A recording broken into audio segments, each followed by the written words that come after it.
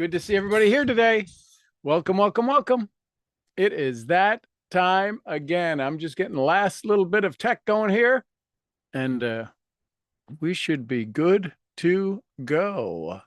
Let me close that down and make sure we're live on YouTube. We got sound over there. Last little bit of tech going here. We got sound over there. We're good. Awesome. Let me get day 4 up here. We are in day four of the chat. Oh, that went all the way over here. That's why I couldn't find it. We are. Boom. Good, good, good, good, good. Okay. Couple of things just getting a little squirrely here, but we'll figure it out. And so, hey, welcome. So we're talking about the Purpose Code Challenge, and it's about building your DMP. I'm going to give you some examples of some DMP conversations that you might have. There it is. It's all the way over here. Okay. So when we're talking about a DMP, this definite major purpose is something that we want to make sure we have in place as we start to build, because our DMP is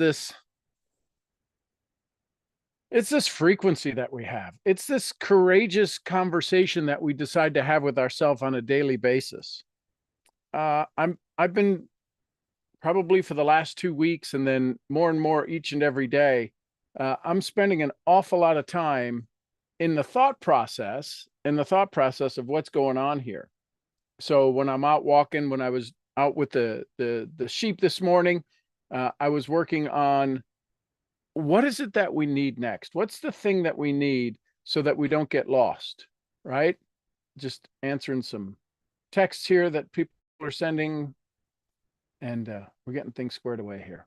So I'm going to read off a couple of examples of what it might sound like for a DMP, what it might give you some insights into what it would feel like, what it would look like. And so you can take just a moment and just sit back and listen for a little bit and listen for a moment. Because what I want to do is I really want you to feel the energy behind it. Because when we talk about what Hill says is desire, right? Desire and focus and understanding. What we really want to make sure is that we get that to come across in our language. We get that to come across in our words. We get that to come across in the thing we're writing. And the challenge is that we've been talking about fear for the last 3 days. And now we're going to step into it a little bit different. We're going to talk to identity as a operating system, where before identity was something you avoided, right? It was something that you tried to plug into this operating system that is currently in existence that didn't perform what you wanted it to perform. So for those of you that just joined us, and I'm going to read a couple of ideas of what it means to have your DMP in place, some examples. So I was working with somebody, put my glasses on so I can read over there. It's just a little far away. Here's the persona. It's somebody in their late 40s, is a woman in her late 40s, early 50s, raised her family, supported others' dreams, and now feels the internal call to fully activate her own voice, right? Do me a quick favor. Just drop a 1 in the chat if audio is okay. If audio is okay for y'all, just drop a 1 in the chat. Let me find the chat here real quick. Okay, good, good, good. So I see some 1s going. Awesome, outstanding. Okay, good.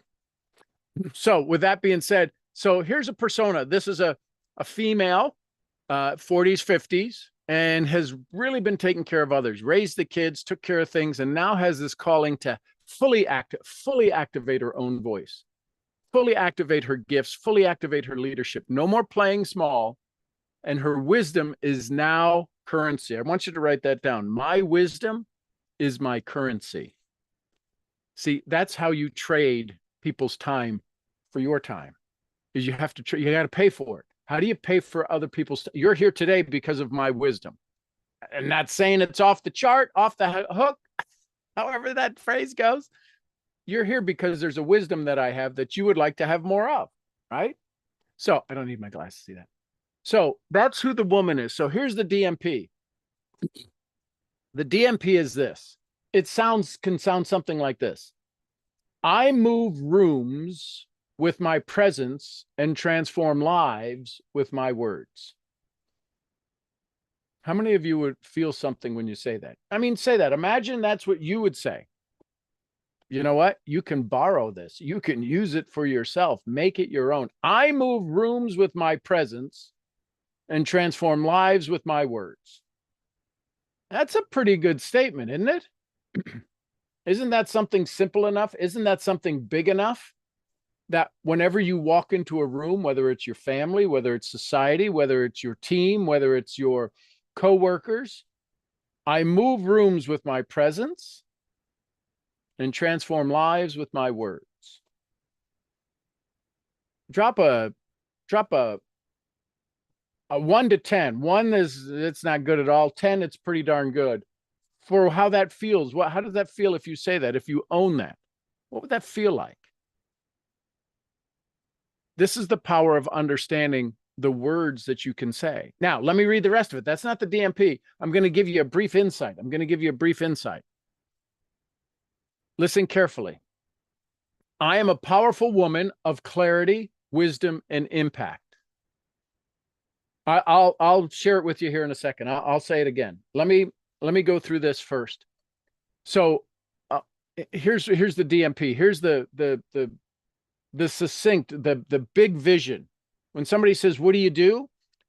I move rooms with my presence, meaning my being present, and transform lives with my words. Now, I am a powerful woman of clarity, wisdom, and impact. I no longer hide behind my support roles or delay my dreams. I have stepped fully into my leadership, owning stages, leading programs, and mentoring women who are ready to activate their voice and purpose. I build legacy with language, and I model to my children what sovereignty looks like.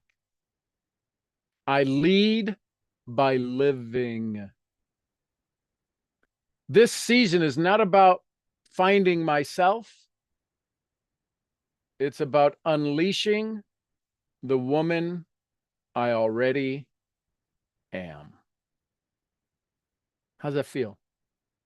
Is that something that you might want to think about?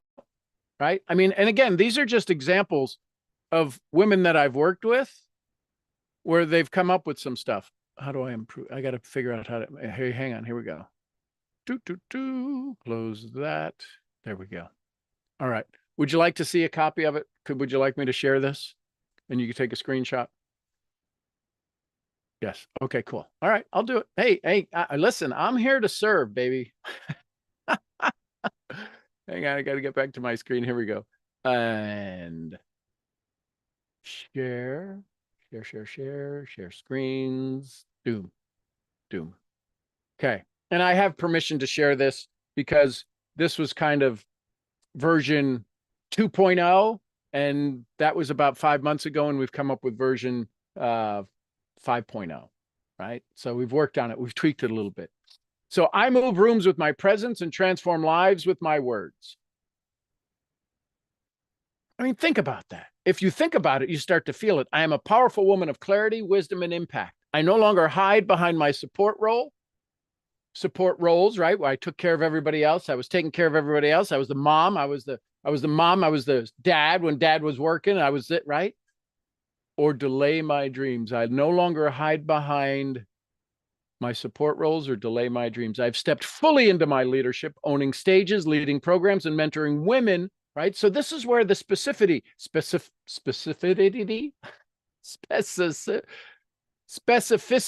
comes in, right? I fully stepped in, right? I mentor women. These are the price she's paying. Now, we didn't put a dollar figure in here. Now, imagine putting a dollar figure in here. Imagine you said, now we haven't even gotten into day 4 yet. I wanted to give you a little bit of understanding of what it is to write your DMP out. what it's going to feel like, what it's going to sound like. And then I'm going to do one for a young male entrepreneur. Not that I know anybody like that. So here's the idea. Imagine if you said above this, imagine if you went right above here and you went, let's do this. On or before December 25th, 2026, I will have created an income. I will have created income streams that have paid, rewarded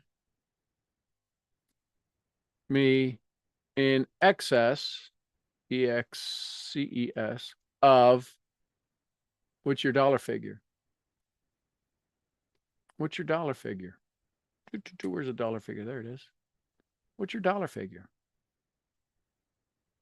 Now, if you become part of the mastermind, we work more on this. We go deeper in this. We work on every comma, every punctuation, every word, right? You've heard me say this before.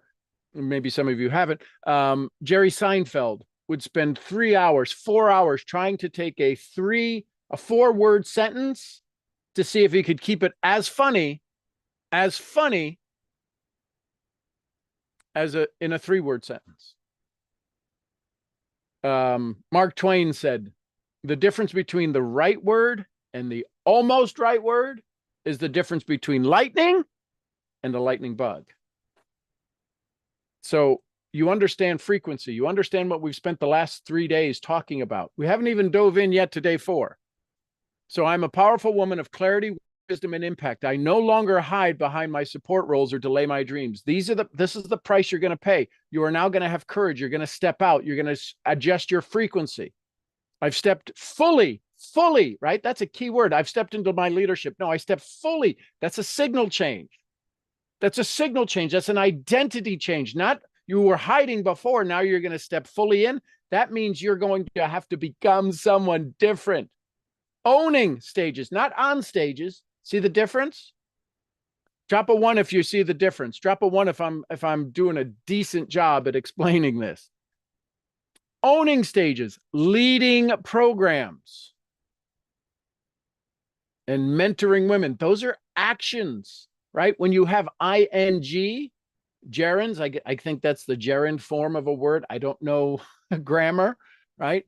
But owning, leading, mentoring, these are action words. This says action. This puts action into it. Not I'm on stages and I have programs and I talk to women. No, mentoring in action. I build legacy with language and I model to my children with sovereignty. Sovereignty is a big word, meaning owning the kingdom, meaning of oneself. And I lead by living. Is that good? The season isn't about finding myself. It's about unleashing the woman I already am. And so that would go down here, right? So this season is not about finding myself. It's about unleashing the woman I already am. What does this DMP do? It activates the body. It moves with presence, situation-based identity, clarifies character. She's a leader, not just a supporter. Collapses time, written in present tense, identity, not future tense, hope. Offends old self, directly calls out her history of delay, people-pleasing, and invisibility. This making sense? So here's for the young male entrepreneur, 20 to 25 to 35. High ambition, likely burned through multiple visions of hustle, and is now ready to root his cause, his success in alignment, mission, and massive impact. Now, how many of you would know somebody that would be on your team like that, right? And it's a slight signal shift for a young male entrepreneur, a young female entrepreneur, but you ready for it? If you're ready for it, drop an R. So I can't do it because I'm 24. No, you can't. No, you're absolutely right. So here we go. Here's an R. I turn ideas into movements and movements into money that liberates.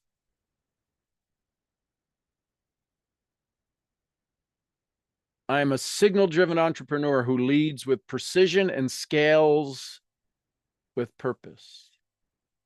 I wake up every day in command of my time, energy, and mission. I no longer chase validation through hustle. I operate from alignment and structure. My businesses are built for impact and scale. Every product I launch is a mirror of who I've become. Listen, that could be yours too. It doesn't have to be for a male entrepreneur. A little bit of testosterone is in the language. Can you hear it? So what we've learned so far is for you to unlock, to unleash, to unload, to untether. A dear friend of mine, Mr. Tom Chenault, has a book that he recommends. It's one of the, if you're going to spend any quality time with him, it's called Untethered. It's one of the books he kind of demands and strongly insists that you read. How's this feel? So, oh, there you go. Sorry, I'm sorry. There was more to it. Let me see if I put this all into one page here. Hang on. There it is. So now, there we go. I'm a signal-driven entrepreneur who leads with precision, scales with purpose. I wake up every day and command my time. Command, not I manage my time. You're not a time manager. You're not, what is that thing called? Time, I guess called time management. You can't manage time. Put this somewhere in your notes. You cannot manage time. You can only manage energy in time. There's no such thing as time management. Time management is a farce. It's $1 billion cuckoo for Cocoa Puffs. You can only manage your energy in time. You can become organized in time. You cannot manage time. The fact of time, it is impossible to manage time. You have to manage you in time, which means managing your energy, managing your focus. You are not time managing. You can't manage time. The second that started this event started, you cannot go back and change it. You can't go manage it. You can only manage your energy. So I no longer chase validation through hustle. I operate from alignment and structure. My businesses are built for impact and scale. Every product I launch is a mirror of who I've become. I'm surrounded by powerful leaders who sharpen my edge and expand my vision. I don't make noise. I shift culture. I am not preparing. I am executing.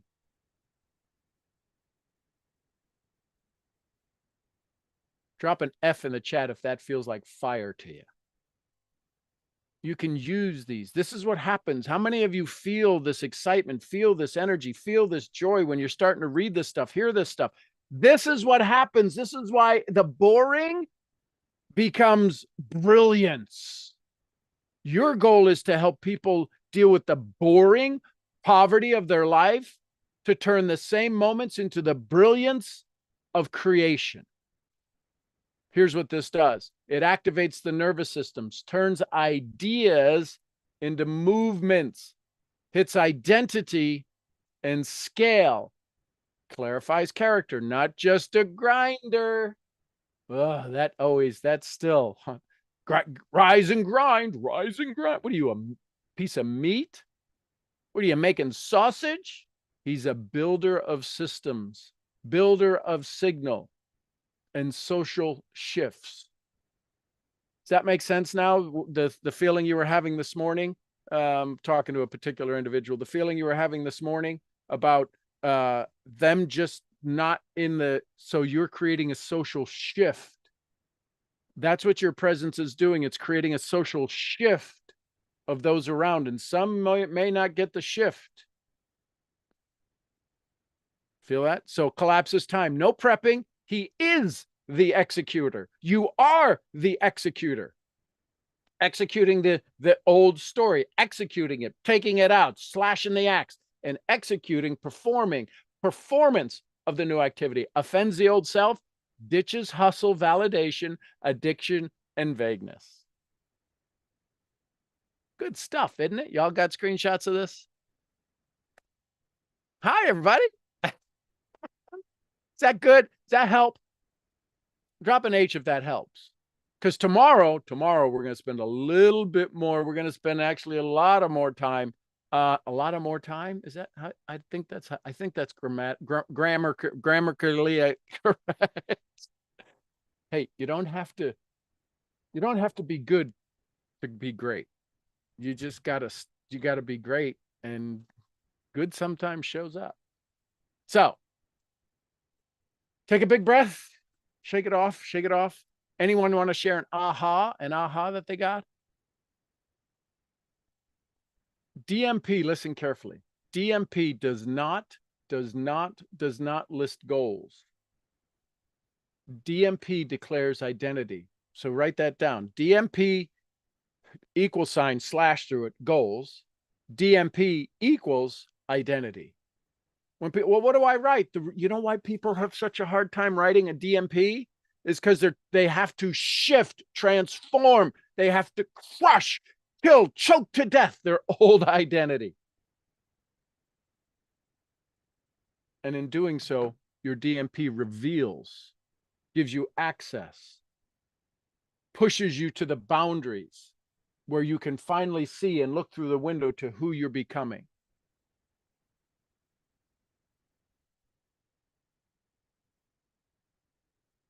These are signal-based, emotionally anchored. That's why people who have a hard time writing their DMP are afraid of emotion. They struggle with emotion.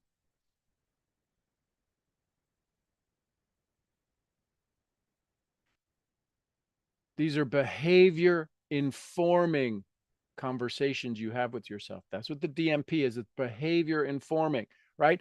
I will own stages. Owning stages, that's a behavior.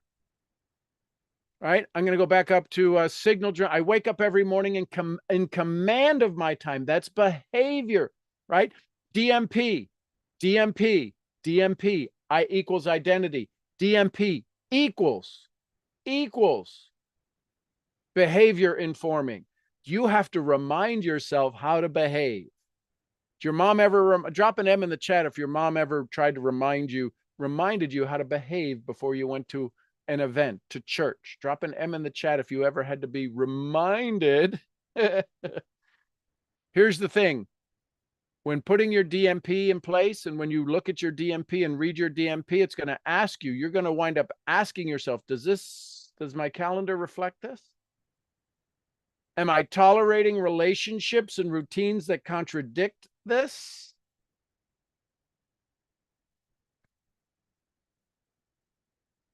Does that make sense? So shake it out, shake it out, shake it out. Woo! Say, I'm ready. If you're ready, say, I'm ready.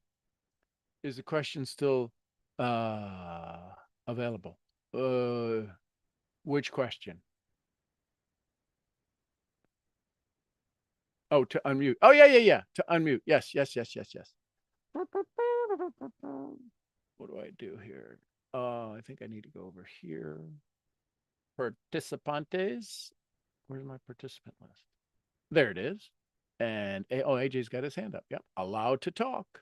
I'm actually I figured out yesterday, I'm going to promote you to panelist, and then that should allow you to,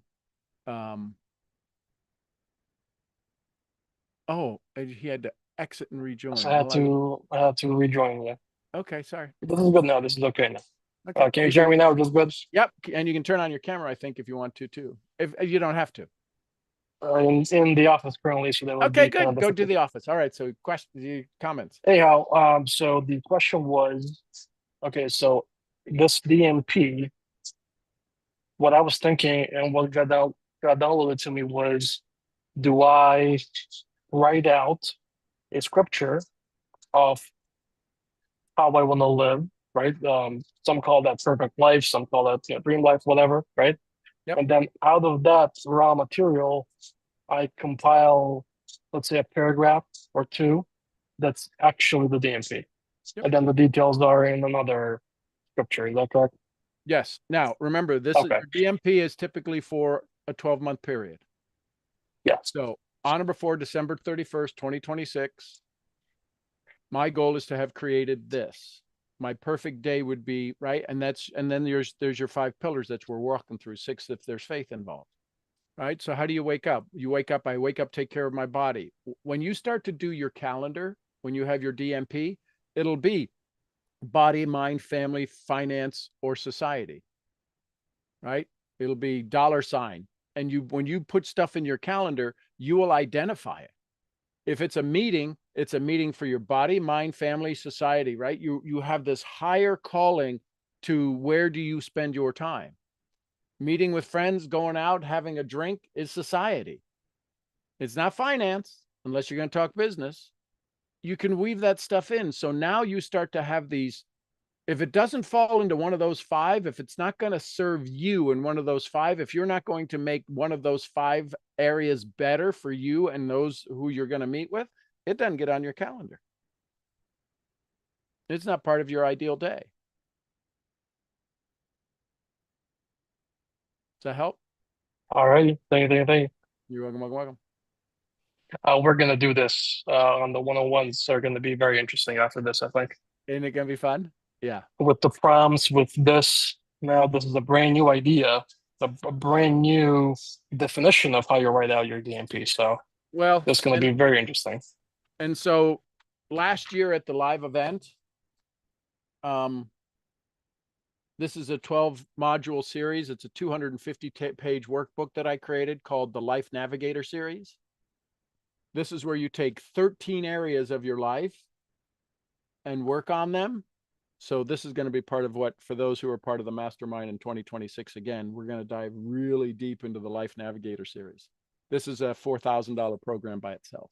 So yeah, that's coming too. All righty. Love it. Thanks, brother. So I'm going to leave you there in the moderator section. All right. So here we go. Day four. You've been decoding fear. You've been clearing your filters, right? How many of you saw some filters show up today? Even today, when you woke up from this morning to now, you've been dealing with some filters. You're discovering what it feels like to broadcast your signal. Listen carefully. You've been figuring out what it feels to broadcast your signal instead of broadcasting survival. That's important. Now, if you haven't noticed it, become aware. You might still be in survival frequency. What would happen if you begin to broadcast your signal? Somebody asked on our morning call this morning, well, how would I do that? It's the difference between operating out of survival frequency that we're so used to broadcasting our signal of success, our signal of our DMP, our signal of our vision, the signal where you own stages, right? Imagine if that was your conversation, where you own stages, where you lead, you mentor women, you mentor people who are hungry for success. That's a different signal when you show up. It's why when somebody asks me, Sean, how are you? I say, outstanding. That is my signal to me, to you, that anything less than outstanding has a little it's trying to light a fire while it's pouring rain out. You can't come and throw a blanket on my party. So now comes a little shift. Because awareness without integration is just more self-help noise. So write in your notebook, write in your workbook, write in your notes, I am integrating, right? The ING, action. I am integrating. I am integrating. Your nervous system doesn't memorize breakthrough moments. It memorizes behavior. So I have here in my notes. This is important. I would ask you to write this down. Your nervous system doesn't memorize breakthrough moments. I'm going to explain it in just a second. My nervous system does not memorize breakthrough moments. It memorizes behavior. I'll explain it in just a second. I want you to get it written down. Your nervous system doesn't memorize breakthrough moments. It memorizes behavior. Let me explain. How many times have we had breakthroughs? Hundreds, thousands of times. How many times have we had aha moments? And they were so powerful, we wrote them down. How many of you have notebooks? I have 40 journals just in this office, and there's 7 more boxes of them in the storage. How many of you have had breakthrough moments that were aha, that were, oh my gosh, if I take action on this, life will change forever? And yet it seemed to not take root. Here's why. We do not remember your nervous system, the neuroencoding, our hedonics, our ability to control our body and control our own energy, does not remember breakthrough moments. It only memorizes behavior. You want to know? I can prove this. Close your eyes, touch your nose. From wherever your hand was, just touch your nose. Put your hand on your lap, touch your nose. Put your hand behind your head, touch your nose, right? You can do this because your body knows where you are in time and space. That's another sense, right? There's 5 senses. But one of the senses, a 6th sense, is that you know where you are in time and space.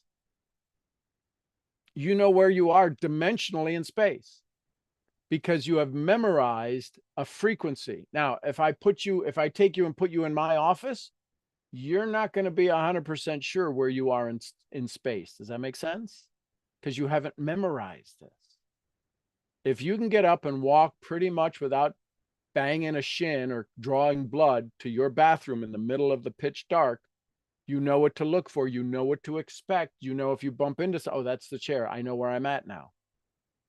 So you're bumping into leadership, you're bumping into legacy, you're bumping into income increase, you're bumping into new identity, you're bumping into owning stages, you're bumping into commanding your morning. Those breakthroughs don't get memorized. Your body memorizes behavior. That's why it takes, they say 21 days.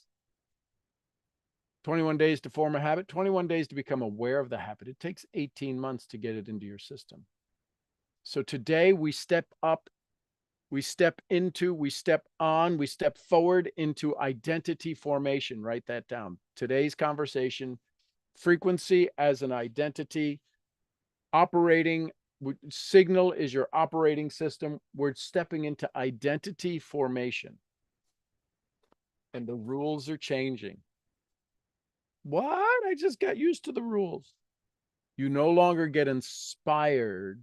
You no longer get to be inspired and inactive. Ooh, wait, what? You no longer get to be inspired and then take no action. Oh my God, this is so good. This is so good. And then we don't do anything. That's no longer the case. With your DMP, you no longer can get inspired and then take no action. Today, we translate clarity into character and character into commitment. You're not here to learn alignment. You're here to become it. We've learned a whole bunch of stuff. Now we have to become it. So, identity as an operating system. Identity as an operating system. What you do flows from who you are. Here's the truth most people miss. Your identity isn't what you say. Listen carefully. This is where, how many of us have ever heard somebody speak and you're like, not necessarily believe them? I don't think they believe themselves, right? Drop a B in the chat if you've ever had somebody speak and it didn't sound like they believed themselves, and it sure as hell didn't sound like you believed them. Listen carefully. Here's why. Your identity is not what you say. It's what your nervous system trusts. See, you're not going to, I shouldn't say you're not. Most people aren't going to teach this because they don't understand this. There's such a depth to this, and it's not me. This is psychology. This isn't Sean. This is psychology. This is Freud. This is Epictetus. This is Marcus Aurelius. This is thousands of years of understanding of human nature. It's not what you say, it's what your nervous system trusts. So do you realize this is why we have to spend time writing this? This is why you can't go, well, I stuck a sticky note up on the door and it didn't do anything. It's because it wasn't in your nervous system. According to identity theory, the self is a feedback loop, a system of behaviors that reinforce belief, which then shape perception. Where's my little card? That's NCI, human behavior. I'll find it here in a second. So, according to identity theory, can't be. Oh, there it is, right here. According to identity theory, the self, yourself, the self of who you are, is a feedback loop, a system of behaviors that reinforce belief, that reinforces belief, which then shapes perception. And perception, belief, changes the way you see potential. And if you limit your potential, you're going to limit your actions, which limit your results, which then changes your perception again, and then you believe things differently. Make sense? So if your behaviors say, I delay, then even the best DMP will get filtered through the story, I'm not ready.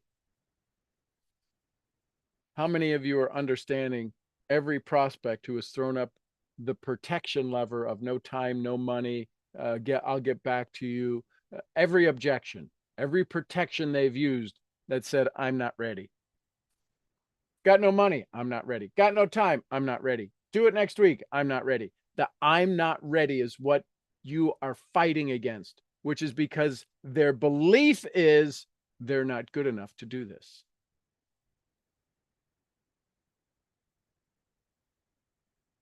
Anytime you get a bonus, you can type bonus in the chat. We're going to ask, today we're going to ask, what version of you do your actions serve? That's a different question. You may want to write that down. What version of you do your actions serve? You say you're going to get up early and go work out, and you don't do it. What version of you do those actions serve? Does it serve the version of you that wrote the DMP? Hell no. Does it serve the version of you that's got promises to keep with your family? Hell no. See, because until your identity matches your intention, you'll keep returning to drift while saying the right things. Feel that? What version of you do your actions serve? Which version of you do your actions serve? Which identity, which belief, which results do your actions serve? Because until your identity matches your intention, you'll keep returning to drift, even while saying the right things. Shift from inspiration to integration. Stop performing alignment and start behaving like the version of you who already leads your signal.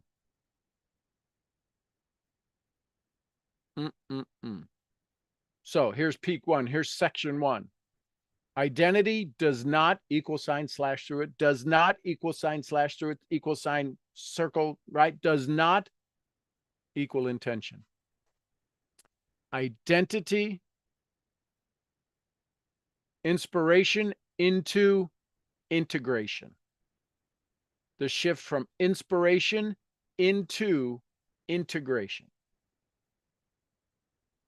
So here's section one. Intention, it's identity does not equal intention. Intentions are easy. Identity is inevitable, right? Intentions are easy. Identity is inevitable. You don't become successful because you have good intentions. Snap, that needs to go on a t-shirt. So when next time you're talking to a prospect and they have good intentions, ask them, have they ever had intentions that haven't produced results? You become successful because your identity doesn't allow you to drift. You become successful because your identity doesn't allow you to drift, to run your life. Your identity doesn't allow drift to run your life anymore. You're no longer drifting. Wouldn't that be cool to no longer drift? Hebbian, Hebbian, Hebbian, I may not be pronouncing that correctly. Hebbian theory tells us that neurons, you've all heard this, neurons that fire together do what? Wired together. This is autosuggestion. This is writing out your DMP. This is reading it in the morning, reading it at night. This is becoming obsessed with it because we have to create a new set of neural networks. This is neuroencoding. We've got to create a new set of neural networks in here that say it's okay for me to succeed. It's okay to understand this new identity. It's okay for me to begin to have more of what I want and less of what I don't. Hebbian theory tells us neurons that fire together, wire together.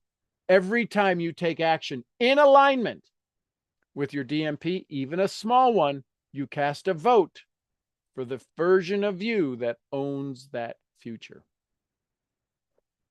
There's research that's out there that says until you do something uncomfortable, you can't grow this part of your brain. You have to do the uncomfortable continuously.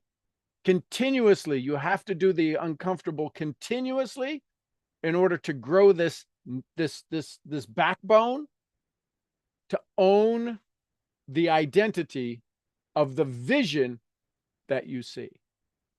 Because every time you procrastinate, every time you minimize, every time you delay, you default to what? Safety, survival. You're voting for the self you say you want to outgrow. You're voting for the one you're saying, if you delay, if you procrastinate, if you minimize, you are giving a vote. You are casting a fertilizer, growth hormone, miracle grow on the version of you you're trying to outgrow. Your DMP isn't just something you claim. It's someone to become. In the Bible, there's a phrase that says, on the way to. On the way to. Create a goal that's so big that you love the person you're going to have to become to achieve that goal. So here's some thoughts. Here's some actions. We're getting ready for the prompts. You ready to get some prompts? Your actions are teaching your brain what kind of person you are. If you say you're going to get up early, you get up early. If you don't get up early, your brain goes, you're such a liar. You're such a sack. You're never going to achieve anything. And then every time you want to go do something else, I want to walk 5 minutes. You don't even wake up in the morning. This is where your brain goes back to the pain of the memory, not the threat of the challenge. Not the threat of waking up early, not the threat of running every day or walking every day or exercising every day. It goes back to the pain of you missing out, of you lying to yourself. This is why it's critical that you have somebody guiding you along this path, doing a DMP, having you be held accountable to it. Because the DIY method, well, let me ask you the question my mentor would ask me. How's that working for you? How's the do-it-yourself method working for you? Have you 10x'd your income in the last 5 years? So each repeated behavior, whether aligned or not, is carving a groove in your identity map. You know, like on a record where they carve in the groove. It doesn't matter whether you put the needle, it's only going to play what's in that groove. You can't say if your favorite song is number 3, selection number 3, you can't go, well, this groove looks like that groove. I want it to be over here. You can't move the sounds on the record. You can't move the sounds. You can't take song number 3 and move it to place number 2. You can't put it in between 1 and 2. It's grooved into that record. That's what's happening. You are having to rewire, rewrite, create new neural patterns inside your brain.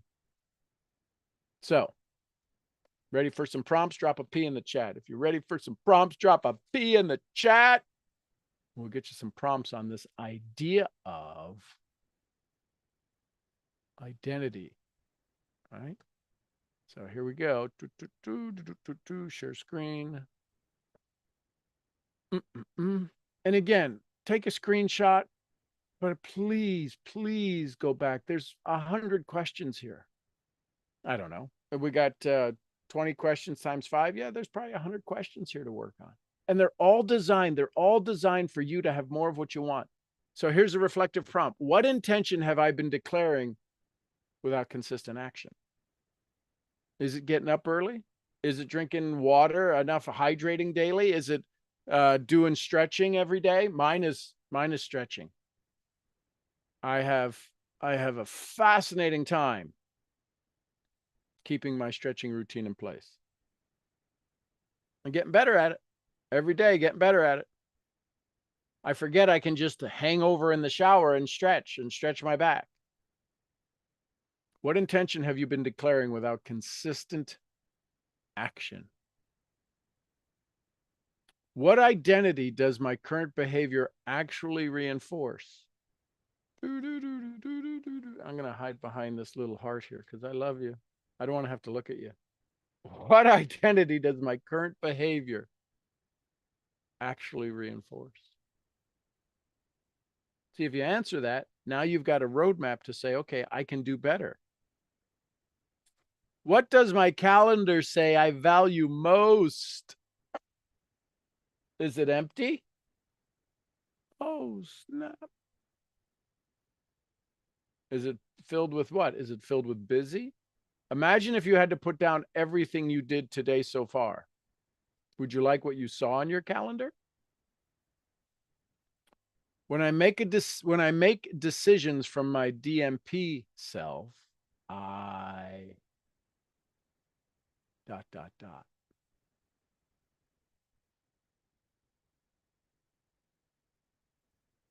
Do you think you've ever made decisions from your DMP self? You've made some decisions that were really important decisions, that were time-sensitive decisions, that were critical decisions. You made them effortlessly. When lives were on the line, you made the decisions instantly. One of the things Napoleon Hill says is that one of the keys that successful leaders, one of the keys that has been found by successful leaders that is consistent across the board, there is no variable, is that they make decisions instantly and they are slow to change them. When I make decisions from my DMP self, I do them instantly. I don't delay and hem and haw and I wonder, I don't know, let me think about it. Would it be fair to say then that if you're talking to people, a lot of people, most of the people don't have a DMP in place? That's why they take so long to make a decision to join you in your business?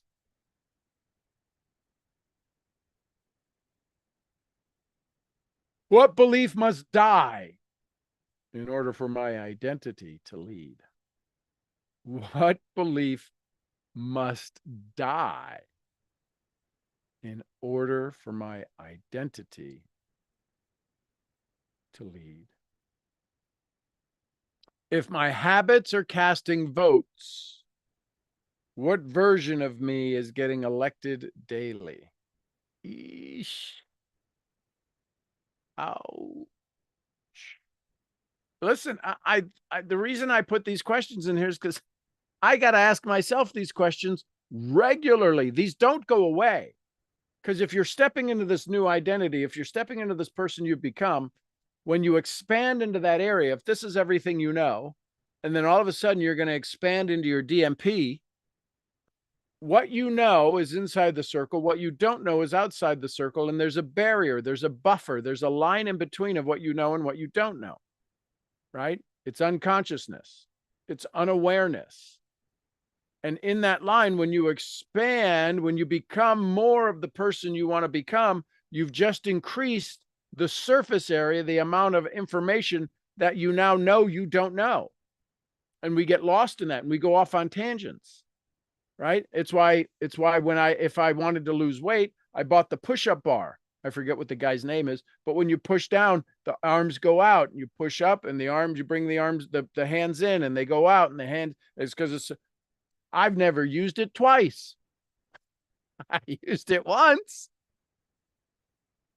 But that's because the idea of me getting in shape, I learned, oh, I can do this better. I can have more of this. I can do that more.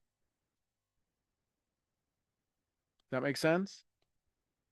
So if you had to decide who got elected today, which version of you got elected today? Which version of you got elected yesterday? Here's the declaration. I lead with alignment. My identity is no longer accidental. It is designed by my signal. This is why the NEST program is so valuable. I behave as a version of me who owns my definite major purpose. Most people, when they do their DMP, they do it as if they read it and they feel it sounds like they borrowed it from somebody. What happens when you make it yours, when you make it your own?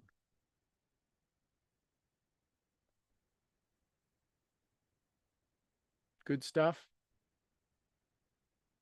Let me see what's next here. You want to keep going for another 15 minutes, or do you want to take a break now? Type 15 to keep going, or break for now. It's up to you. Let me know in the chat. I'm okay either way. We're just getting ready to go into the next section. I see 15. Keep going, 15. Last part of the declaration. Last part of the declaration is, I lead with alignment. And let me just put this in the chat. That'll make it easier for you. And it looks like somebody may have already done it. Yep, there you go. AJ's the fast typer. So we're keeping going. So here's part 2. Here's part 2, part 2. These are 4 parts per day, part 2. Right? Got your back, Pop. Behavioral integrity. This is going to be tough. This might leave a mark. Shake out, shake out. Big breath, clear your vagus nerve, get ready for more. Decision is divine.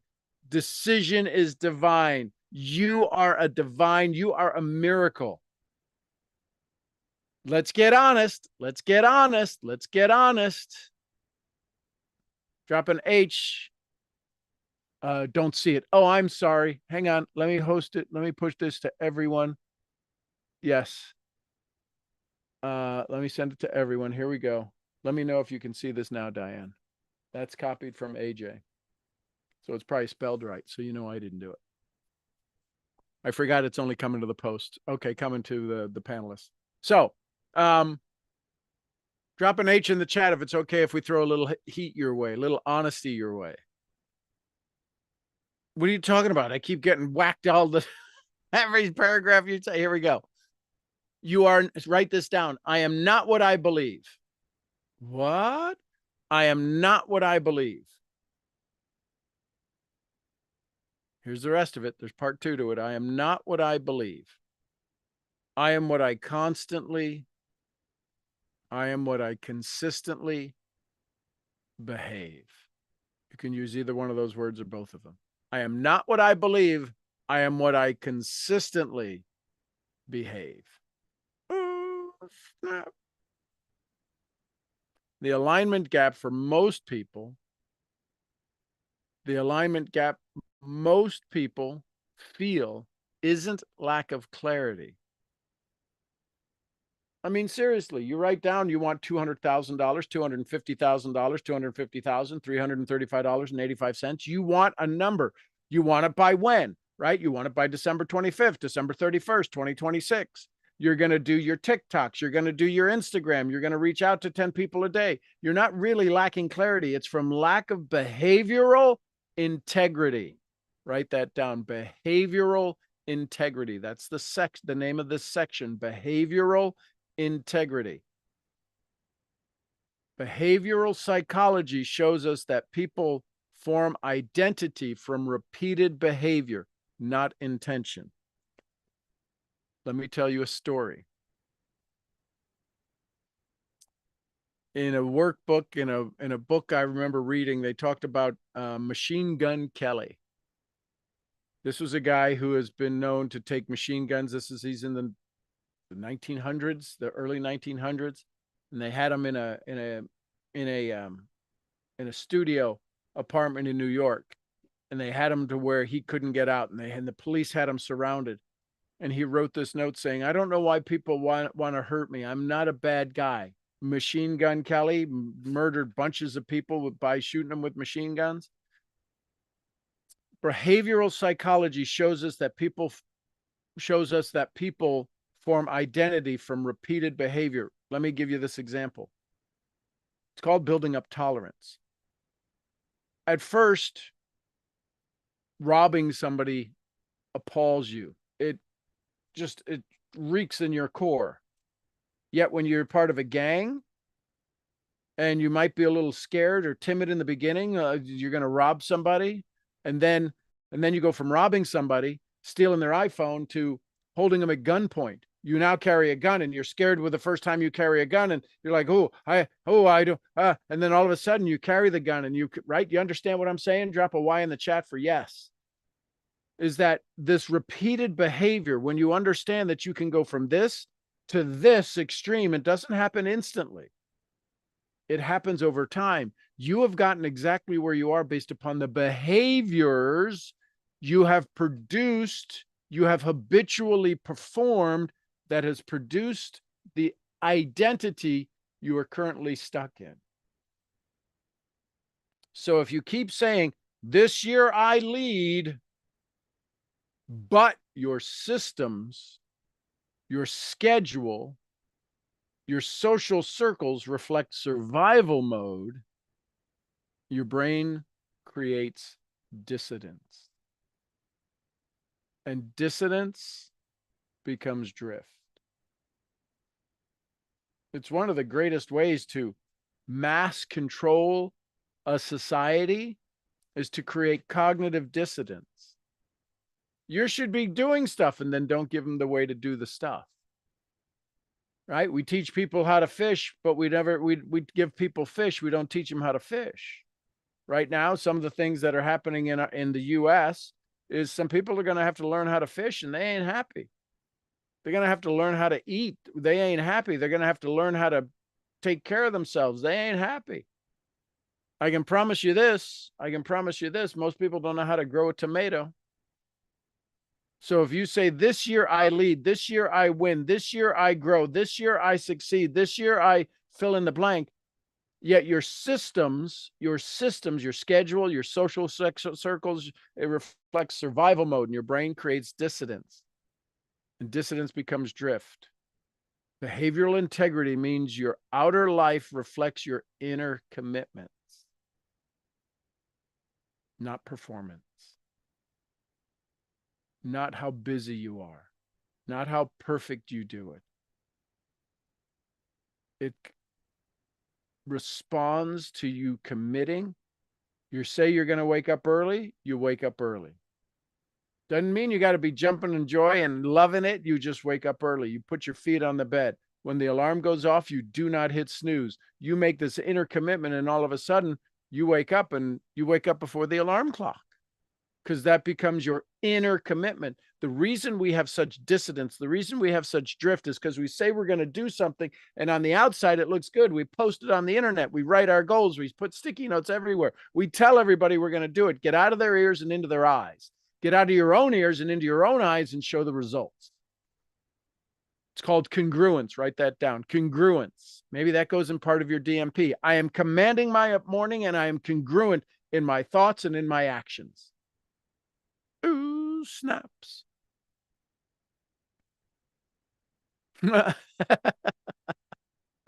I'm just reading in the chat.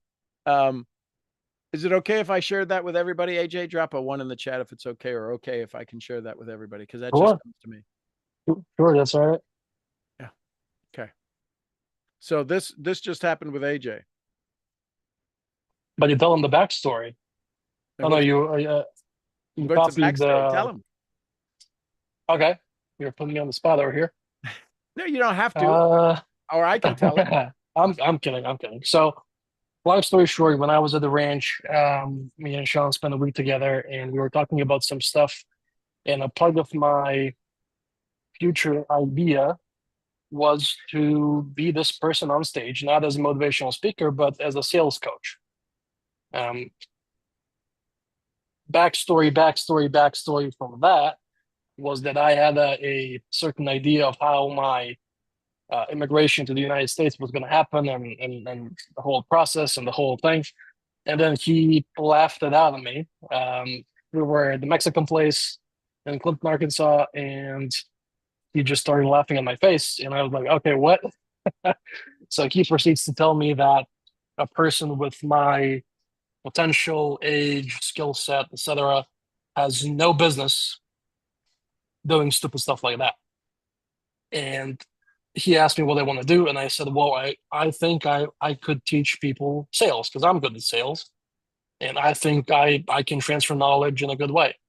And he said, okay, so let's bring that idea out. So we talked about it, and then as soon as I came back home, I got on a meeting with one of my friends who was a part of the DA for a short while, and he does his mentor and business partner, actually employer, does business counseling. Oh, okay. Let me put this on. We got the office clear now. Okay, is this good? Yeah, can y'all see me now? I think Hang this on, is let good. me, oh, yeah, yeah, yeah. Yep. Okay, okay, okay. Anyway, long story short, once again, Sean sparked up an idea that I could potentially be a very good sales coach. As soon as I came back to Serbia, the first thing I did, I had a mastermind meeting, quote unquote, one of my friends, one of my good friends. He works with a guy that mentors people in business in Serbia, where people pay him $1,000 a month for business mentorship. He has 250 clients right now, and Andrew does sales for him. So he said, "Can you teach me a couple of tips and tricks? Can you give me some tips? Can you teach me a couple of things?" And I said, "Sure." So in about 30 minutes, I splashed some knowledge onto him, and then the previous week, he pretty much improved his results by 30 or 40%. The people he couldn't close or open up, as Sean says, he opens them up now. The people that he already had success in his conversion rate, it's even smoother conversation. It's even easier to get people talking and to understand what they want, and therefore go for the sale, right? And then his employer was very happy with the results. So he told him, if you want, we can buy you a course or something, and we're going to invest in your knowledge. And he said, I don't want a course. One of my friends who actually taught me this has a sales teaching business. So I'll give you his number, and you call him and you make sure to set up a meeting, and he'll show you what he does. And he just texted me that just a couple of minutes ago. And so how long has it been since you've been back Yeah. home? So he just texted that. He just texted me that a couple of minutes ago. So it's So, been, gosh, it's almost going to be 3 weeks now, I think. so in Maybe three three, weeks, yeah. in 3 weeks, something that wasn't an idea has now come to fruition, and texts are going and appointments are being made. We're going to see, right? I'm not going to So, jump the I didn't train, say right? you But got it. we're I going to didn't say see. you got it. Yeah, It's we're just going to see. an appointment. Yeah, we're going to see what's going to happen. And But it's that's an great. appointment that it's an appointment that didn't exist 4 weeks ago. That's how fast this That, works. When you are in alignment, that's how fast this works.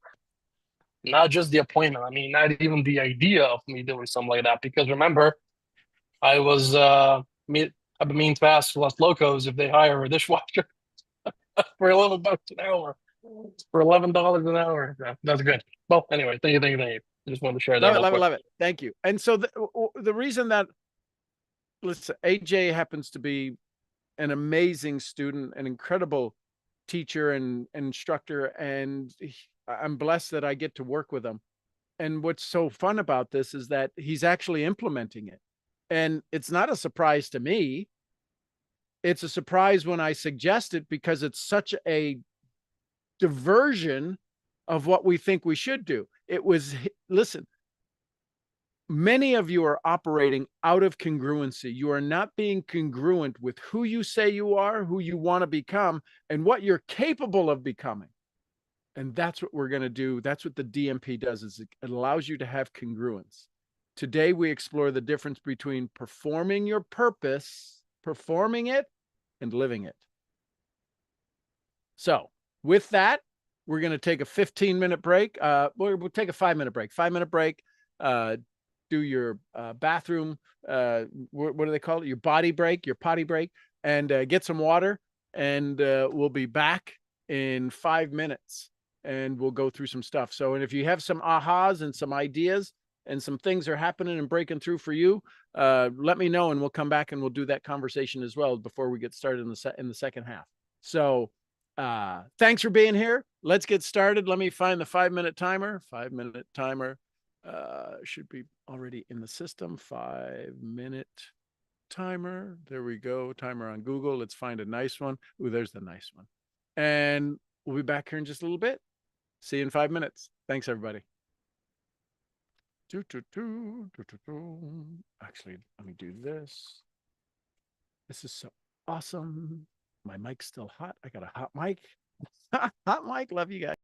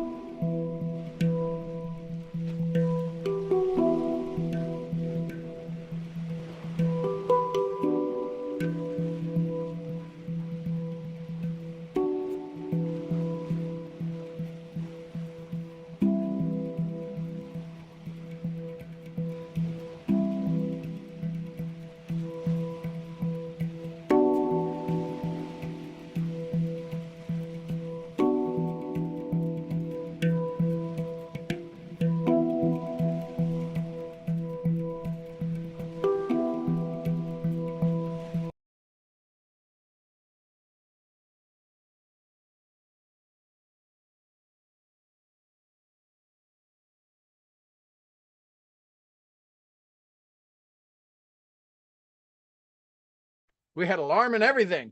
Hey, let me let the music down. Sunrise Meditation by Pelelex, Pelelex, Pelalex music. Great guy. I like it because he doesn't have ads that pop up during the 2 hours of handpan music. So good guy. All right. Questions, comments, thoughts. We all good? I have to go. Okay. I'll watch the YouTube later tonight. Thank you. Great, Lori. Be safe. Be good. Thanks for being here. You're a superstar. Love you tons. Thank you. Thank you. Thank you. Anybody comments, questions before we move on? Got my green energy drink and my mushrooms. Any questions? Otherwise we'll dive right in. Drop a D for diving right in. Shake yourself out, roll your shoulders, right? You're doing a lot of writing. Maybe you're doing a lot of typing. Just move your arms a little bit. Feel your frequency, physiology, focus, language, and meaning. We're still in section 2. We're still in section 2, behavioral integrity, and we're getting ready to go to the prompts. This is the workbook section. This is kind of the action, the prompt section.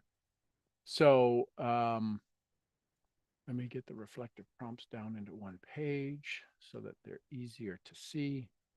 So what we're talking about is behavioral integrity. This is the science insight. Yeah, we talked about congruence. Today we explore the difference between performing your purpose and living it. When there's misalignment between identity and behavior, your nervous system enters confusion. And we all know what a confused mind does. So when you say you want transformation,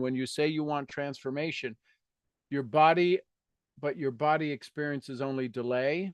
The confusion causes, you ever know anybody who's tired at the end of the day? You ever know anybody who's got some brain fog? Know anybody who's got some frustration?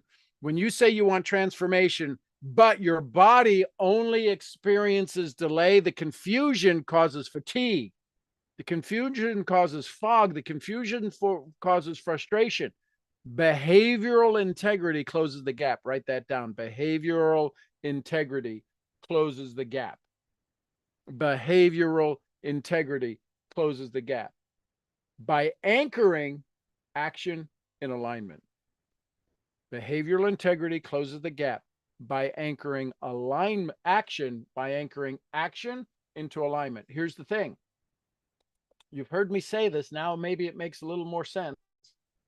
If you want something you've never had, you're going to have to do action something you've never acted on, which causes you to feel a way you've never felt and think a way you've never thought, which says, I'm going to do it. I'm going to screw it. I'm not going to do it.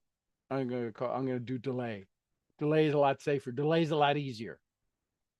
See, this is psychologically designed to neuroencodingly design physiology, focus, language, and meaning. You got the language, you got the meaning, you don't have the action. And once you put the action in that circle, in that pyramid, in that triangle, all of a sudden you start to become aligned. This is what Bob Proctor says when he says, do the thing until you don't have to do the thing. Do the thing, have to do the thing until you don't have to do the thing. Ready for some prompts? Drop some P's in the chat. Give me some P's. Give me some PP. Give me some P's. Here we go. You laughing? I hope you're giggling. I hope you're smiling. Here's some prompts. These are the prompts. Again, I'm going to encourage you, come back to them. There's 6 prompts in each section, 4 sections. 6 times 4 is 28 times 5 times 5. That's over 100 questions. Could you imagine how freaking aligned in tune and absolutely succinct you'd be if you answered these questions? What habits have outlived their alignment? Snap. How about TikToking? I mean, scrolling. I did my TikTok today. I said I'd do it. I did a half hour this morning. I was out there with Anura. She was my co-host. I had a guy come on from Pakistan. I had a guy show up from Pakistan. He was in the white robe, right? Pakistan. I said, where are you from? Where are you TikToking in from? He said, Pakistan. I'm like, oh my goodness. I went from Clinton, Arkansas to Pakistan. So what habits have outlived their alignment? That's a big question, isn't it?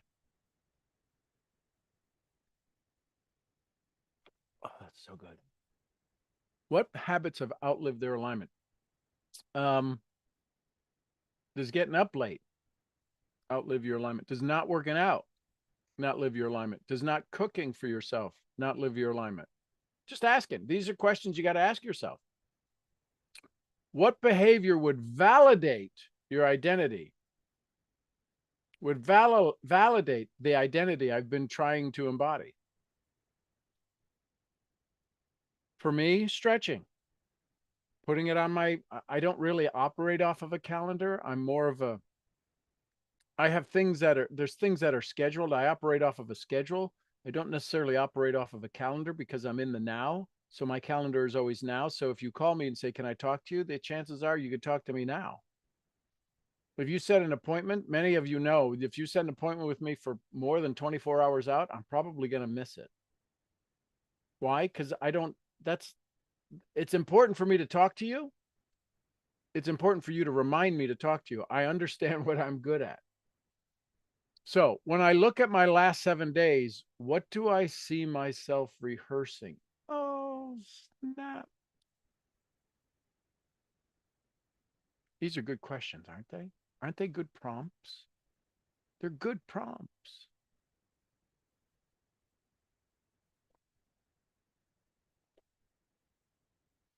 Man, I don't know why. I just can't get enough of that right now. When I look at my last 7 days, see how valuable this question is? Isn't this an evergreen question? Can you ask that question in a month from now? Can you ask that question 10 years from now? That's when I work with you, one-on-one, when I work with you inside of the mastermind program, I want to ask you questions that are lifetime questions, not lunchtime questions. How does my current behavior educate? Yeah. Okay, I'm done. Class over. How does my current behavior educate my identity? Which identity is getting an education? You ready? You ready? Which identity is taking you to school? Which identity is taking you out behind the woodshed and giving you a beating? What micro action would realign me right now? Right now, while you're writing these things, what micro action? Maybe is it sitting up straighter? Is it taking a sip of water, saying, I'm going to drink some water? Is it doing something that you're going to eat healthy? Can you go get some raw nuts right now? Do you have some nuts in the house? Do you have some cashews or almonds? What micro action? You follow me? What small little thing could you do right now? How about this? How about this? Everybody just stop for just a second when you get to a point to where you can stop taking a note and just take a breath. Take another breath. Breathe in that color we talked about on day one, faith and courage. Exhale, fear and doubt, whatever that color was. See, that's a micro action that just rewired your brain. We're in a fight. We're in a war for our brain. We're in a fight for our brain. You just rewired your brain. You just rewired the hardware, not the software of telling your brain what you're going to do. You rewired the hardware of when you said it, you did it. That is a micro action of realignment.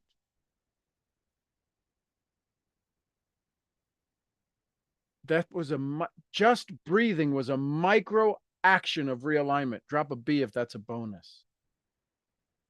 You don't have to go be Pulitzer Prize winning success. This is about doing the simple steps. This is about doing the easy things. It's about the micro actions. Micro actions turn into macro actions, turn into amazing results. And what must I start practicing before I fully believe it? This is where writing out your DMP. This is your suggestion. This is you doing the things on a regular basis. Does that make sense? Any questions on any of these? We all good? I'm going to scroll up and here's your declaration. I no longer separate who I say I am from what I do. Oh, brother, there's going to be a fight in the OK Corral tonight with old identity versus new identity. I no longer separate who I say I am from what I do. I practice alignment. I behave from the future I claim. Listen to that. That is so powerful. I behave from the future I claim. Act as if. Dorothea Brande in her book, Dorothea Brande, there's Claude Bristol in Magic of Believing, and Dorothea Brande wrote, I can't think of what she wrote, the book I'm thinking of, but she says in there, Wake up and live. Wake up and live. There you go. Thank you. The phrase that rung the whole secret to the book, came to me in one phrase: act as if you could not fail. What if you acted as if? And when you behave from the future you claim, you are acting as if that is already who you are. You are claiming the future. When? Now. So, everybody got that? Y'all good? Next stuff is the VIP stuff. I'll share that with those. Let me see if there's something in here that's I gotta just absolutely share with y'all. Ooh. Whoa. Okay. All right. I'm just gonna share this. Don't tell the folks in the VIP that some of you are, some of you. I hope you're okay if I share this. I'm gonna share this. This is important. This is for everybody. I rehearsed my smallness by right there. That one. I rehearsed my smallness by. Yeah, these other ones are important. But when you know that you know, right? When you know that you know, right? I rehearsed my smallness by doing what? This is that's big, isn't it? Yes. Okay. I felt compelled to share that. So there you go. So here we go to part three. Part three. Your environment is a mirror. That's what part three is. Part three. Your environment is a mirror.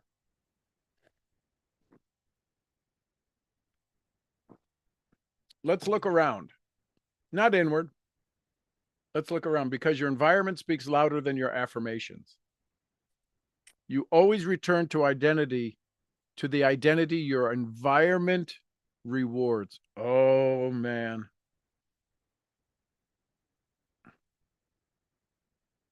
Let me put this in here. I'm going to put that right there. You will always return to the identity your environment rewards. Can somebody think of something where that makes absolute sense? How about drug addicts? Porn addicts? Anybody with an addiction? If they do drugs in your house and you just come back from rehab, doesn't your environment reward you for being a druggie? Does your environment reward you? Yep. Somebody always has a bad relationship. I can promise you there's a good chance they're going to find another bad relationship, aren't they? Because their environment rewards their identity. Behavioral architecture, right? We talked about behavioral congruence. Behavioral architecture tells us that we are shaped more by cues than by commitments. Oh, I told you we're bringing the fire. This is day 4. We're bringing the fire. We get rewarded by cues. Our identity, our architecture, where we are is rewarded by cues rather than commitments. I want to be healthy. Why do you think you got to hire somebody to clean out your pantry? And then you have to realize, listen carefully. So I'm going to give you a little sales conversation here. Think about your product. Think about your service. Think about the offering you have to people. How much does it change their identity? How much of what you're about to do impacts their identity? Does that make sense? because I know I can hear it and I can feel it and I grasp it. I just got to make sure it makes sense. Drop an S if it makes sense. If you're changing somebody's wealth, does that change their identity?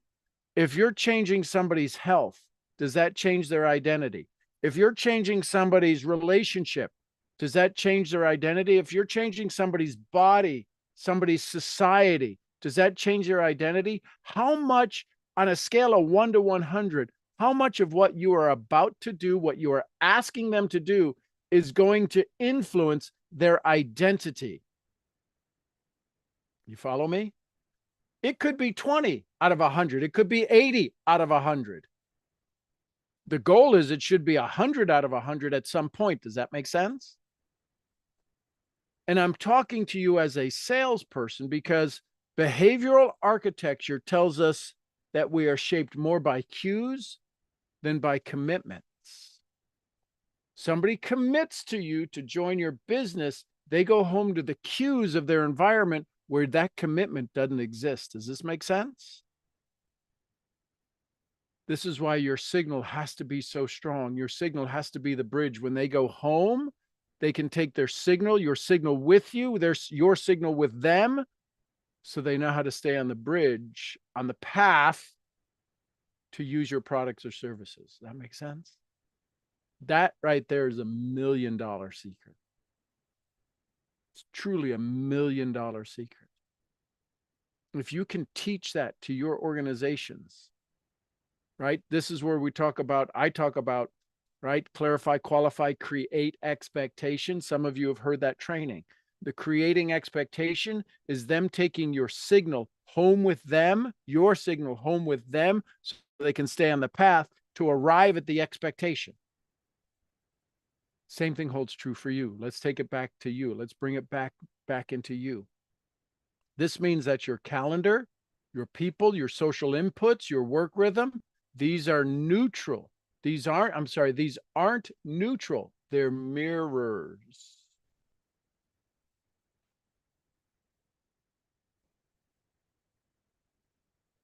See how I put the pregnant pause in there by looking like I'm drinking something? Your calendar, your people, your social inputs, your work rhythm, these aren't neutral things. The $1 million is understanding. The $1 million idea is to understand that when you are going to impact somebody and they're in an event with you, they're in a Zoom with you, they're in a meeting with you, and they say, yes, I want to do it. I'll do it next week. I'll do it now. I'll do it 2 weeks from now. The reason they discontinue, the reason they disconnect, the reason they fibbed, they lied about what they said they were going to do is that they're more shaped by their cues, their environment, than their commitment to you. So the $1 million income stream is if you can make their commitment stronger than their cues, stronger than the environment they're going to be put back into, stronger than the limiting belief environment they live in. Does that make sense? So I'm gonna get started next week. That's a commitment. Most people want to keep their commitments, but psychology shows us, and social economics shows us, that the cues of their current environment, their spouse, their significant other, their dog, their workspace, their belief when they go home of their limiting capabilities and capacities, the cues, the inputs that exist in their current environment are stronger than their commitments. Does that make sense? So if you understand that their cues are stronger, you'll start to ask questions. Your DMP will allow you the confidence and the courage and the commitment to ask the question, to say, hey, listen, when you go back home, what would keep you from keeping this commitment? Imagine a simple question like that. You will get them to think of what are the cues they're about, what are the triggers they're about to experience that's going to keep them from keeping their commitment. Yeah, cues equal their reality. This is that thing, who you are speaks so loud, I don't need to hear what you're saying. Your cues tell me who you are. I don't need to listen to your commitment. I don't need to listen to the words coming out of your cake hole because they aren't always the most truthful version of you. Does that make sense? So this means this is big. This is big. Drop a B if this is big for you. If this is a big bonus, drop a B. But we'll use big and bonus, right? So understand that this means that their calendar, your calendar, their people, their social inputs, their work rhythm aren't neutral. They're the mirrors they're going to see when they arrive back at their space. And if you know what they're going to see in their mirrors, maybe you can help them see new mirrors, see the new window. Remember, I always talk about the mirror, hold the mirror up in front of them. Yet too many people hold up the mirror and never give them the chance to look out the window. These mirrors either reflect your DMP or distort it. See, we think they lied. They're just telling their best truth. Right now, I'm committed to you. I'm ready for you. I'm ready to do it. This is exciting. I'm going to do it next week. I literally don't have the money. I listen, I've had to write checks. I've had to borrow money from my feed store guy to get gas. I didn't have my card and the phone wasn't working. I couldn't use the scan option. I had to go borrow $20 out of the register to go put gas in the car. How did he know he could trust me? Because we've done business together. Now, there's a lot of cool people here in this part of town that would have just given a stranger $20 because they showed up, they did it, and then, okay, I kind of believe you'll do it. And if not, I'm out $20. I got a good story.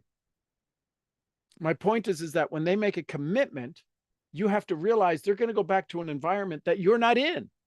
How can you get back there? So when you make your own DMP environment, when you make your own DMP suggestion, and you've got your journal with your commitment in it, and you're reading your journal, you open up your journal here. This is a book, the gift from Serbia, and you're opening up your journal and you're reading it here. As I spent a week here on the ranch, it was the most spectacular week filled with energy, laughs, and excitement. And you start to read this.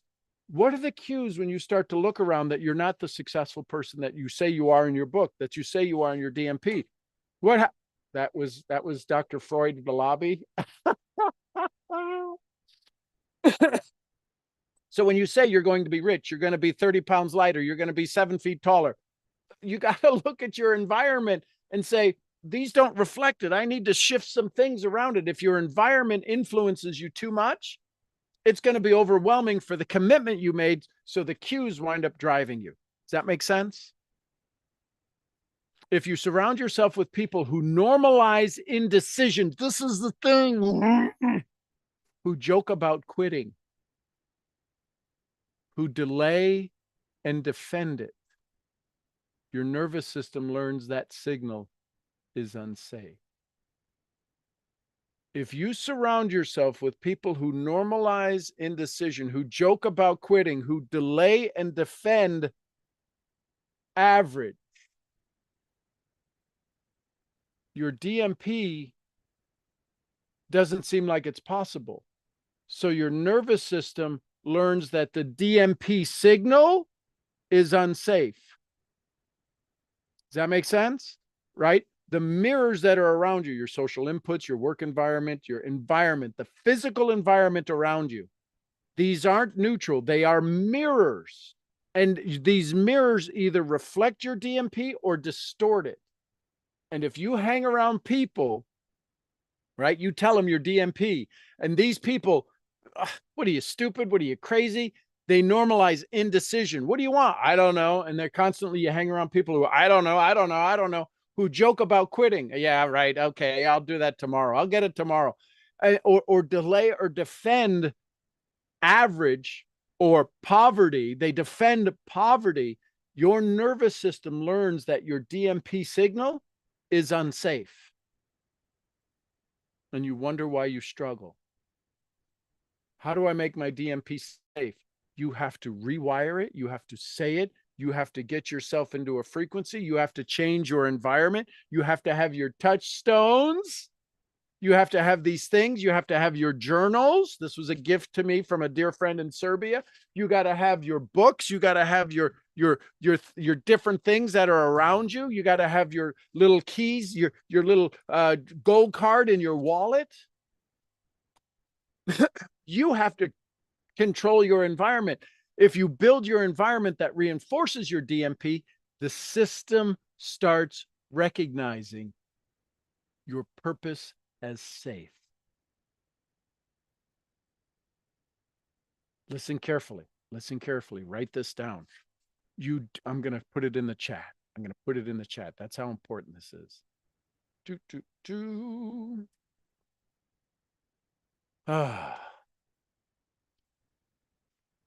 You don't need more willpower. You need fewer drift cues.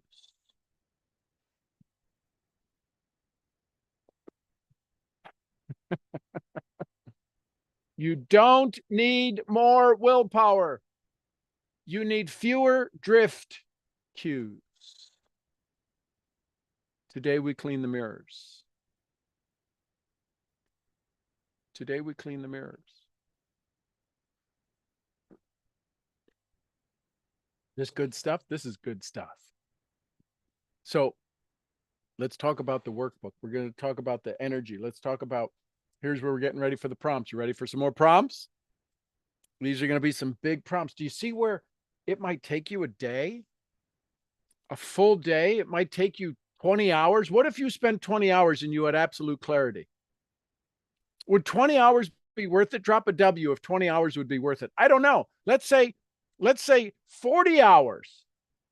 If 40 hours, all of a sudden, 40 hours, 8 hours, 5 days a week, 2 hours a day, 20 days, a month, if between now and the end of the year, you got absolutely kick your butt, so clear, so focused, so you wrote your DMP out and it just flowed from you. It flowed from your spirit. It flowed from your soul.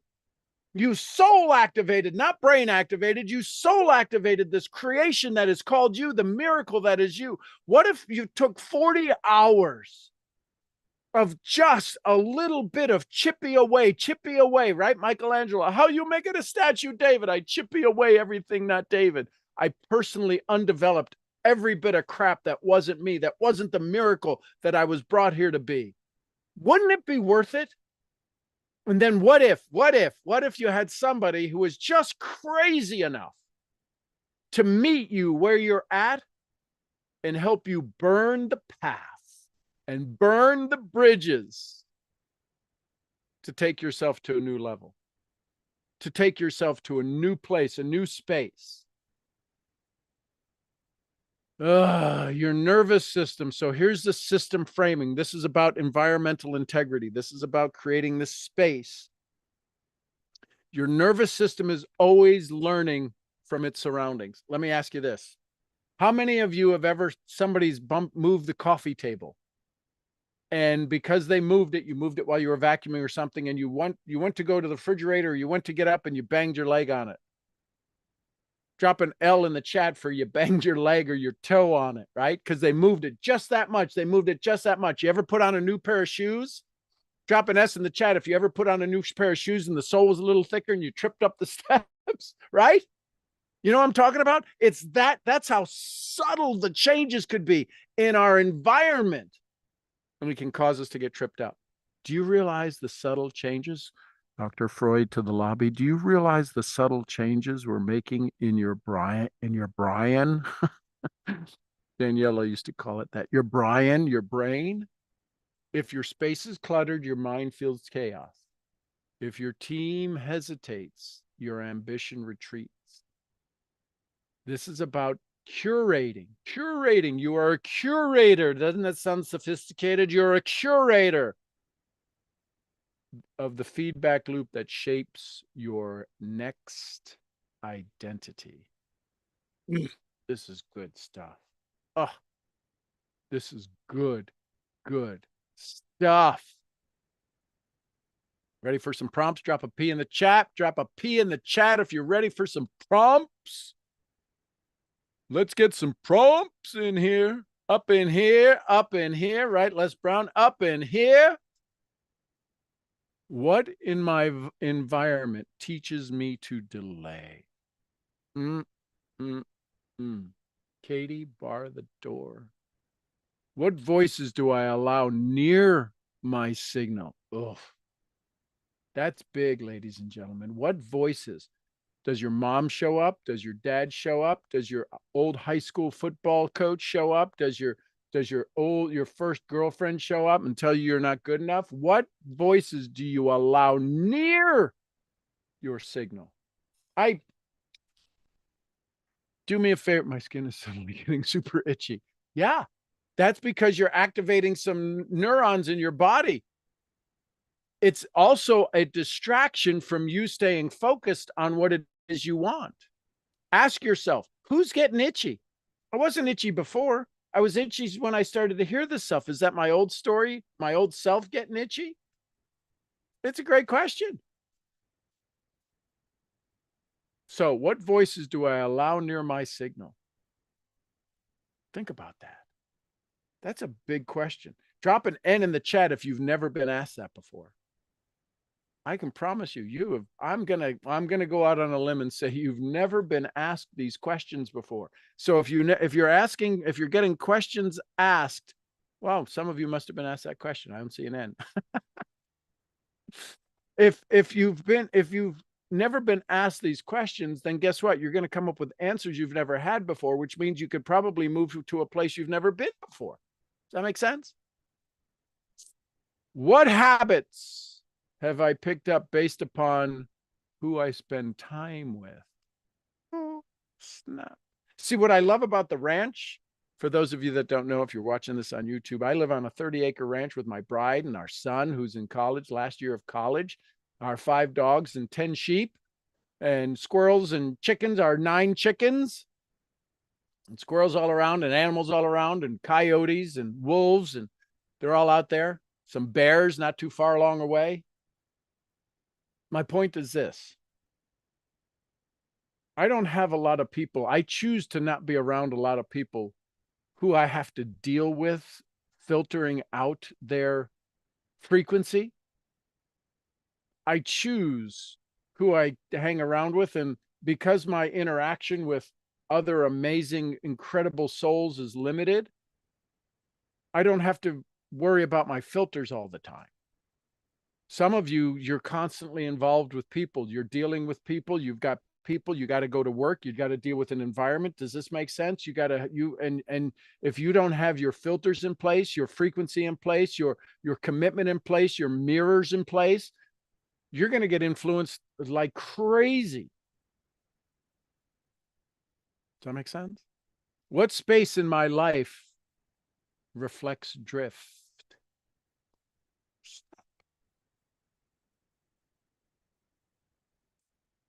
What space in my life reflects drift? What would a signal-based environment, meaning your highest and best calling, what would a signal-based environment look like and feel like? That one, I get to work on. I get to work on that one. What would a signal-based environment look like and feel like?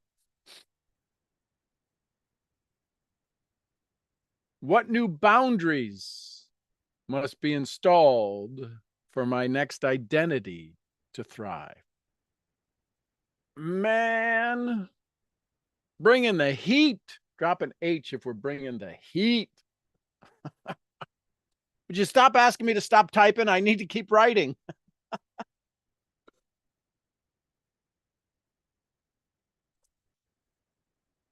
This help? Everybody got the screenshot? Here's the declaration.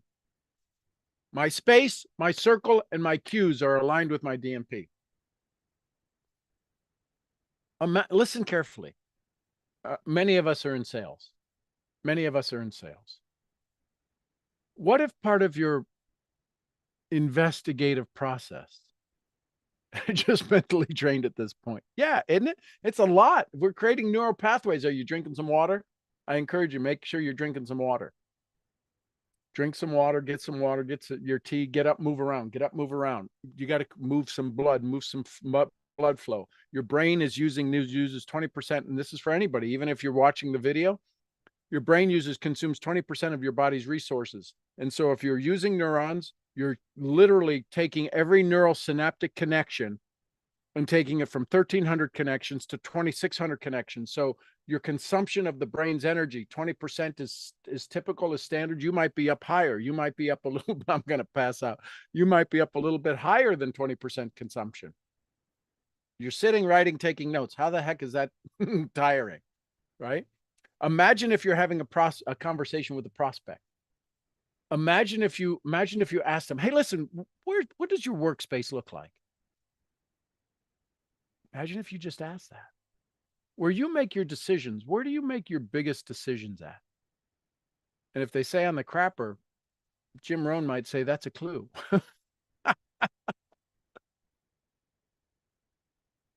And that's good. They say your soles of your feet, for those of you that understand physiology and biology, they say the soles of your feet are your second heart.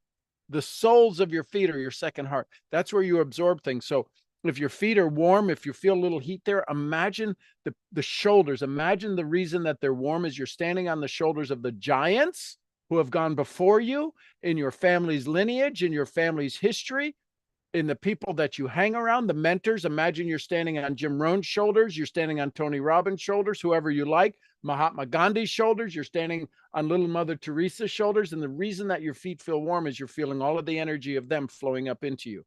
Change the way we look at things so the things we look at change. So here's the declaration. My space, my circle, my cues are now aligned with my DMP. I build an ecosystem of excellence. My signal is not solo, it's supported. Can you imagine if you're going into battle? You're going into battle. You got to fight. It's today at 5 o'clock. You got to start today at 5 o'clock. And you know the enemy is massive. Do you go by yourself?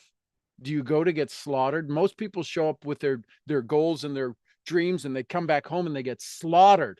They get slaughtered before they get on the airplane. Their dreams are killed before they get on the airplane. Their dreams are killed as soon as they get in the car to go home. Their dreams are killed when the flight is delayed and they say, honey, I won't be home till the morning. The flight got delayed. I got to sleep in the airport. Oh my God, I got to take care of the kids. And you said you'd be home. Why'd you go to that stupid meeting? Your dreams are slaughtered before you ever get a chance to give them life. How many of us are having a conversation with somebody whose dreams have been slaughtered time after time after time after time after time? They tell you they've had big dreams and they haven't been able to achieve them. Their dreams have been slaughtered. They've been killed.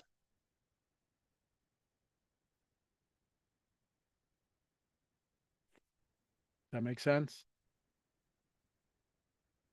Big stuff, isn't it? Take a big breath, shake, roll your body, do a little attitude. Joseph McClellan III, shake your booty, right? Shake your booty, shake your hips, right? Even if you're doing it in your chair, don't you feel good? Aren't you giggling? How many of you are giggling? Shake your hip. Right? Do a little salsa in your chair. That's Mexican. That's not salsa. VIP room. Let's see here. Nervous system contact. The invisible weight I carry is I normalize this direct. I set a standard now. A standard I now raise my environment. I raise in my environment is what's a standard I now raise in my environment? A standard I now raise in my environment is what?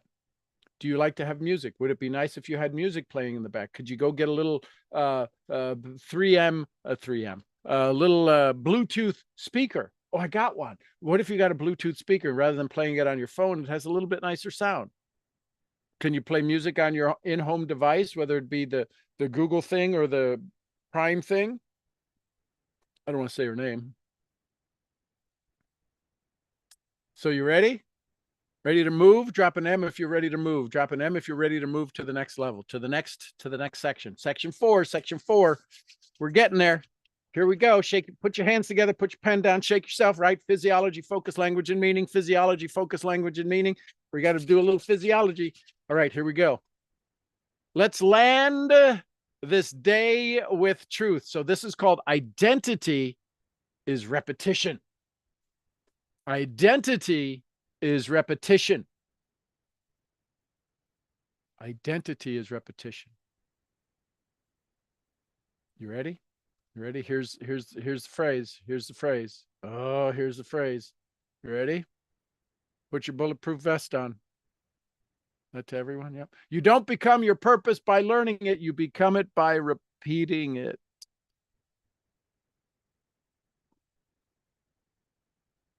Neuroscience confirms this. Repetition creates reality. Write that down. Repetition creates reality. I'm going to get one of those things where I can start adding sounds and everything. Repetition creates reality.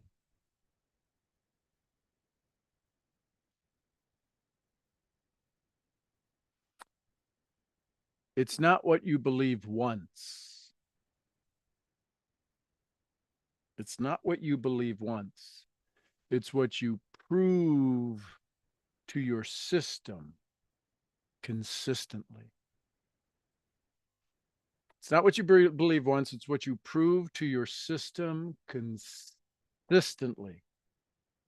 If you could have the best DMP in the world, yet your daily rituals whimper and whisper drift, your identity stays loyal to the old version of you. Psst. You want to go relax? You want to go lay down? You want to take a break? You want to lay down? You want to say this is tough? Your old story's telling you you're tired. You're not tired. You got more energy in you. You got enough energy in you to run the city of Dallas for 3 days. Enough energy. You got 30 trillion cells, 40 trillion cells in your body, 40 trillion cells, and each cell is 1.1 volts. That's 40 trillion. That's 50, 60 trillion volts of energy. Tell me you're tired. Tell me you're tired. Tell me you're tired. Tell me. I ain't going to believe it. That's a great story. Jim Rohn would say, how's that working for you? You could have the best DMP in the world, yet if your daily rituals whisper, Trev, stop, you're tired, you're hurt, your feet hurt. It comes up with when's the last time your feet got hot? I got hot feet, baby. Yeah, well, it's better than my butt because I ain't got a butt. I'm Irish.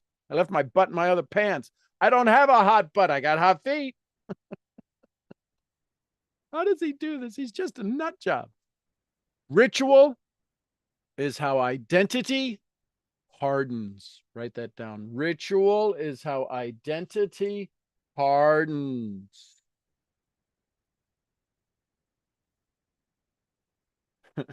Somebody said, I just was listening to Jim Rohn, and every time he drags something out, all I hear is Sean G. Murphy. Until, right? I get that from Jim Rohn. Ritual is how identity hardens. And what does it take to break something hard? It either takes a solvent, it takes force, right? The Grand Canyon, worn down over millions of years, water erodes it. How much time do you have? How much time do you have for this hardened story, hardened version, hardened identity of you to break down, to break through, to break out? How much time you got? Tell me how much time you got, and I'll tell you what tool to use. I can tell you auto suggestion is a great tool. I can tell you writing out your DMP is a great tool. Ritual, listen, ritual is how identity hardens. Habits become architecture.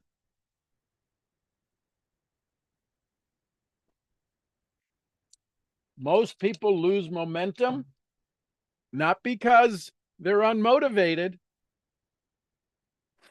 because their ritual was never designed to sustain signal. Right? What is discipline? You know the definition of discipline? The ability to do something long after the emotion of making the decision has faded away.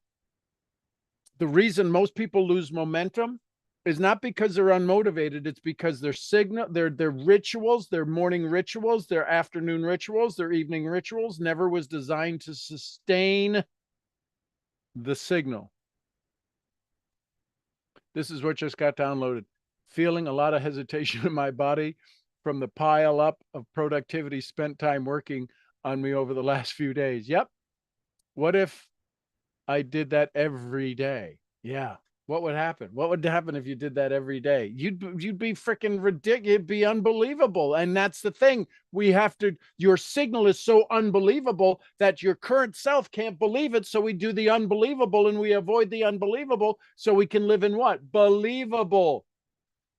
You're a miracle. Why are you acting like a mouse? You are a miracle, not a mouse. Today is the signal shift. Feel it. Take your booty and go, boom. Right? Usher got a booty, go back. Boom. Did he what? Did he just use Usher? I want to, right? I'm breaking up novelty. I'm saying things you wouldn't expect coming out of this boy. When you begin designing the minimum viable version, where you begin designing the minimal viable version of your DMP self, today's the shift. What's the minimum viable version of you? I'm gonna read my notes again. How many of you read your notes yesterday? How many of you put off reading your notes going, oh God, there's so much. I want to be focused. How many of you may have used the thing? I need to be focused. I need to be present when I read my, put them in a recording, let them play in your head. How many of you created an audio of your notes? How many of you read your audios in the notes and then listened to the audio? Well, could I do that? How many of you drop a B in the chat if that's bonus? Read your notes and let them play in your head. What are you listening to Beyonce for? I mean, I get it. You want to feel good, but why not feel good about the notes you took? I can promise you this. You start reading your notes into an audio and you start listening to the recording, you're going to have some more ideas. You're going to take it to the next level. I've read this book 40 plus times, 50 plus times. Here's the original, right? This is what I got when I was 18. This is the fourth or fifth version of this, right? Notes in it. Look at all of the notes in it. Why? Because I keep reading it. I need to read it. I need to hear it again, and I need to hear it again, and I need to hear it again. Here's the thing. Identity rehearsal. Your identity is rehearsing, and your identity is rehearsing based upon your rituals. Where you begin, today is the signal shift, where you begin to design the minimum viable version of your DMP self, not in fantasy, yet in micro ritual and in embodiment and in repetition. Yeah, see, the challenge is that one of the things AJ said here, then you got to listen to your own voice. You hear yourself saying it. It's evidence, part of your evidence file. One of the things that I learned and I teach as I teach self-talk, AKA auto-suggestion, the reason that 99% of the people don't believe their affirmations, their sticky notes, is because it's literally the same voice, even if you say it in your head, it's the same voice that has told you the pain of your past is evidence of your failure. When you say, I am rich, I am healthy, I am successful, I am married, I am in love with my significant other, the same voice that is hearing that has 1,000 bits of history, 1,000 memories. All it takes is one strong memory, has hundreds of memories that say, you're not rich, you're not sexy, you're not skinny, you're not fill in the blank. Behavioral psychologist Wendy Wood found out that 43% of our daily behaviors are habitual. 43%. This means nearly half of your identity is unconscious repetition. You wonder now why you have to talk to somebody 17 frickin' times, why you got to follow up with them 65 frickin' times, because 43% of their daily ritual is unconscious repetition. Unconscious, not even aware of it, unconscious repetition. And so you come up with 1% of possibility, and they got 43% going to kick you square in the teeth by going, I ain't going to do that. My repetition, who I am, who I say I am, who I think I am, who I actually am, is this unconscious repetition, this identity, and I keep rehearsing this identity of I'm not good enough, I'm not strong enough, I'm not rich enough, I'm not tall enough, I'm not good enough, I'm not tall enough, I'm not rich enough, I'm not smart enough. And that unconscious repetition kicks out your idea of great success in a heartbeat. That's unbelievable. You mean I can leverage people? I can teach people how to build their own business, teach people how to build a business and get rewarded for that, get an override for that? Yeah, right, whatever. This idea, this part of the workshop breaks the cycle in designing purpose-based rituals. We're going to help you create purpose-based rituals. So who you are no longer becomes accidental. Question. Shake yourself out, shake yourself out. Big stuff, big stuff. I know we've gone 2 hours already. Isn't it 2 hours? Yeah, 2 hours. We're going to go. We got a little bit more to go. I need you to get that second wind. I need you to get that second wind. I need you to really dig in. This is where right we're at the 20-mile mark of the 26-mile marathon. We're at the 20-mile mark. We can't quit now. We got to keep going. Got to keep going. So we're going to create purpose-based rituals so that you're no longer accidentally successful. Let me ask you this question. Here's a tough question. How many people do you know feel? How many people do you know believe? How many people do you know feel and believe that they wound up where they are by some kind of accident? Company shut down. 401k got devastated because of the stock market. The reason that their success is accidental, their failure, they believe they arrived where they are accidentally, is because they never decided to take control. Oh, snap. You have a choice right now. I have made you aware of something significant. You can either continue from today forward and choose accidental increments of success and accidental increments of failure, because if it's an accident, you have no control over it.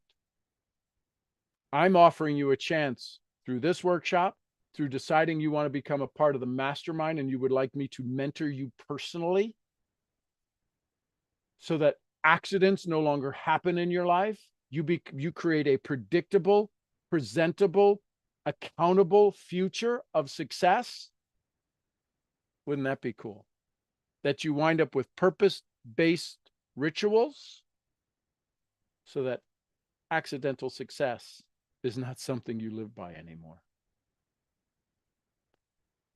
So you ready for some prompts? Drop a P in the chat. You know the routine. Drop a P in the chat if you want some prompts. Here we go.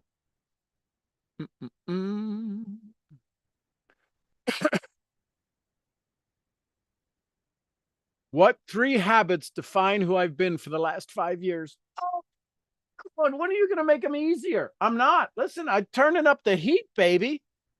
Turning up the heat. We're going to push through. We're going to break something. Something's going to break. Right? We are going to test it to failure. And I want your old story to fail. I want your old story to fricking give up. I want your old story to say, I can't be here anymore. I'm checking Audi 5000. And it leaves. And it leaves you this fragile, this supple, this gentle version of you that's been starving to wake up. We have to beat it into submission. We have got to we've got to destroy the old self. Doesn't mean we got to forget it. Listen, I'm not saying to forget it. You can throw out a memory, but you still have the memory. I could throw out this bag. Let's say Mason gave me this bag of Tillamook. And like, oh my God, this is my favorite bag of jerky. I can throw out the bag and still remember Mason gave me it. I can still have the memory of it, but I've got to break the pattern. I've got to shatter the frame. What 3 habits define who I've been for the last 5 years? Man, talk about leaving a mark. That's going to put a black and blue mark somewhere on you. How many of you, your body just went into a little bit of a shock? How many of you, drop a B in the chat if your body, type in body, B-O-D-Y, type in body if all of a sudden, I just asked that question and your neck just went, what the hell is that? The hell is that? Where's that pain come from? right? Yeah, Ra's body. I'm telling you, I can feel it. Yeah, neck pain. I must be feeling yours, Diane, because it just hit me hard right here. I'm like, somebody just stabbed me there. What habits define who I've been for the last 5 years? Do you see why you can't answer this on a 2 hour, what was supposed to be a 90-minute session? What rituals reinforce the version of me I no longer want to be? If we're going to set new rules, we got to know what rules we got to break. If we don't break the rules, we're not going to get to a new place. We've got to break the rules. We've got to change the habits. We've got to fix something. So we got to know what's keeping us stuck. What would one morning and one evening habit of my DMP self be? One, not 50, not 50. Wow. That is really interesting. I find that fascinating. I love that it's such a strong feeling. I don't know. This is my right side, right back here. Right there. That is a fascinating. I've never felt that before. So I don't know if somebody's feeling that, if I'm holding on to it for somebody. I think it's awesome. I love it. I love that I get to experience this. What would one morning and one evening habit of my DMP self be? What's the smallest thing I can repeat that proves I'm becoming? Is it doing your morning gratitude? What's one of the smallest? How about saying thank you 100 times a day? Doesn't require writing, just becomes, it forces you to become awareness. What this question is asking, what's the smallest thing I can repeat that proves I'm becoming? It's to show you how little things can make huge differences.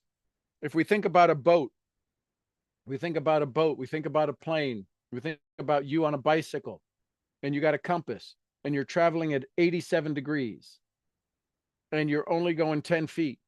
If I took it to 88 degrees over 10 feet, would I really wind up that far away from where I was targeted to? Now, take a plane from New York to Los Angeles, New York City to Los Angeles, from LaGuardia to LAX, and from New York to there, say it's 55 degrees. You got to head a heading of 55 degrees to wind up directly at LAX. If I went 55.5 degrees or 54.5 degrees, just half a degree off, would I wind up anywhere near LAX? So you've got to ask yourself, what's the smallest thing that I could repeat that proves I'm becoming? Does that make sense? This is good stuff. If my DMP had a rhythm, what would it look like in my body? If my DMP had a sound, what would it look like? Boom, chakalaka, boom, chakalaka, boom, chakalaka, boom. I don't know. I think that came from Animal House. Oh no, that came from Bill Murray. Where they're in the army, whatever the name of that movie was. Boom, chakalaka, when they're walking out for the morning parade. Spiral, squirrel. What do I already do daily that I can anchor with intention? Here's the declaration. I no longer leave my identity to chance. I build ritual that repeats my signal. I build ritual that repeats my signal. I become my DMP and behaving it into reality.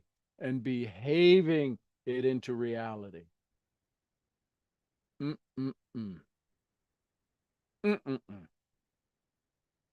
I no longer leave my identity to chance. I build ritual that represents my signal, and I become my DMP by behaving it into reality.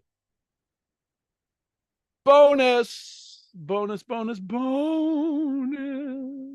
That's good stuff. Act as if. Exactly. Y'all good? Shake it out. Right? Shake it out. One last section. One last section. Hey, Dubby. You coming to say hi to Silica? Come here. Come here, Dub Dub. You gonna pop up here? Dub Dub Dub. Come here. Come here. Come here. Come here. What are you doing? You fighting with everybody? Come here. Come here. Come here. I love you, Dubby. Come here. You don't want to come up here? Okay. They found a little something special out there in the field that they're playing with. Yeah. VIP, it's about anchors. Oh, this is VIP. Hang on. Let's see if there's something here. I will no longer negotiate this habit because what habit will you no longer negotiate? What no longer will you negotiate? What habit will you no longer negotiate with? Well, I'll get up early today and I won't tomorrow. I'll have a cheat day. Can you imagine? Can you imagine how many cheat days people have on their success? At least with working out, we have one cheat day a week where they can cheat and they can eat all of the whatever the crap is they want. Can you imagine what it would look like if you only had one day a week, a cheat day for your success? Oh boy. All right, here we go. Here we go. Guided prompts. Here's the guided prompts. Here's the guided prompts. These aren't journal prompts. These are identity activators. Dr. James Pennebaker's research shows that expressive writing ideas enter into cognition. Did we say this before? I feel like I've said this before, maybe. So, turning trauma into insight. Okay. Here's the guided prompts. I think these are new. It's probably same James Pennebaker that we used before. These are based upon identity conversation. So here we go. Here we go. Here we go. Here we go. I'm done explaining away the version of me who my actions from this point forward will no longer tolerate. These are big. These are big prompts. I promise you. Maybe what I'll do is I'll create, or maybe one of you might create a worksheet that is just the questions. That is just the questions. You probably already have that. I normalize this new identity by my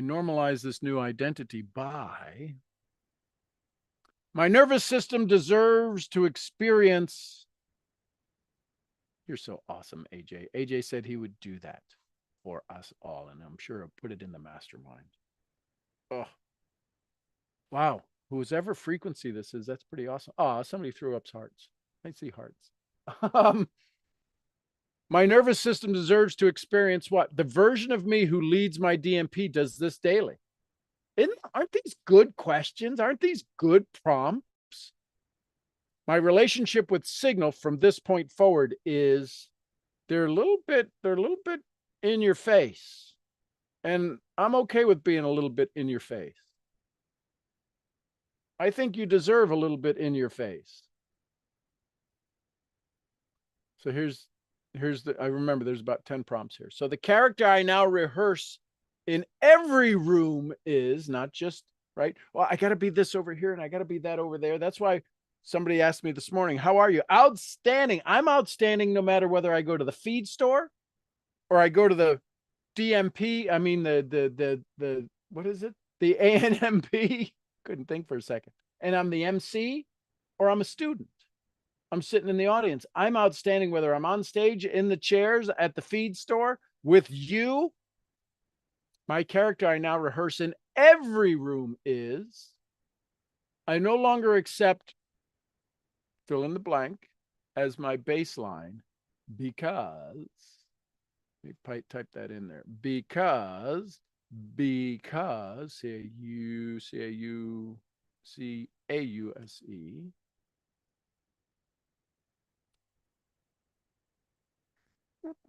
There we go.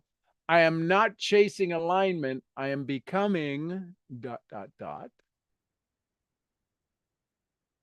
The ritual I now initiate as Signal leader is, and here's the declaration. What's 6 again? Number six. My relationship with Signal from this point forward is Yes. My relationship with Signal from this point forward is, here's the declaration. I do not visit alignment. I live from it. Imagine, just listen to these words. I gotta say, I'm pretty decent at what I do. I'm the best at what I do. I'm pretty decent at creating a way for you to change the way you look at things. I do not visit alignment. I live from it. I have ended my contract with delay and signed a new one with congruence. How freaking awesome does that feel? I act from identity, not aspiration. I aspire to be that. No, that's who I freaking am. And I'm getting better at it every day. Every day, in every way, I'm getting better and better every day, every way. I'm getting healthier, stronger, more congruent every day, in every way, every day, in every way. I don't visit alignment. I freaking live from it. I've ended my contract with delay and I've signed a new agreement with congruence. I act from identity, not from aspiration. Good stuff. Good stuff. We're almost done. Hang with me. Hang with me. We're almost done. Hang with me. You've done the work of integration. You've installed clarity into behavior. You've installed clarity into repetition, into rhythm and environment. Now here's the final version. Here's the final mirror. Here's the big kahuna. Here's the big swing for the fence. Listen carefully. Shake it out, shake it out, shake it out. I need you to get centered for a moment. Shake it out. Do your little booty shake. My booty shaking. My booty shaking. Move your body, roll your shoulders. I need you to just loosen up for a second. I need you to loosen up for a second. I need you to hear this. I need this to be heard. I need this to like land. The old version of you is still available, but so is the new one. The old version of you is still available, but so is the new one. The old version of you is still available. So is the new one. In neuroscience, identity isn't erased, it's overwritten. In neuroscience, identity isn't erased, it's overwritten. We have to overwrite the program. How do you overwrite, for those of you old enough, how do you overwrite a disk? When you put in a new hard drive, right? I've got these hard drives. Maybe I put them away, but I've got these hard drives that I keep, right? They got terabytes of hard drive. If you've got, do I have one here? You know those thumb drives, right? The thumb drive, you got a thumb drive here and you want to store information on it. If that's full, how do you put new information on it? You got to erase it. The old version of you is still available. So is the new one.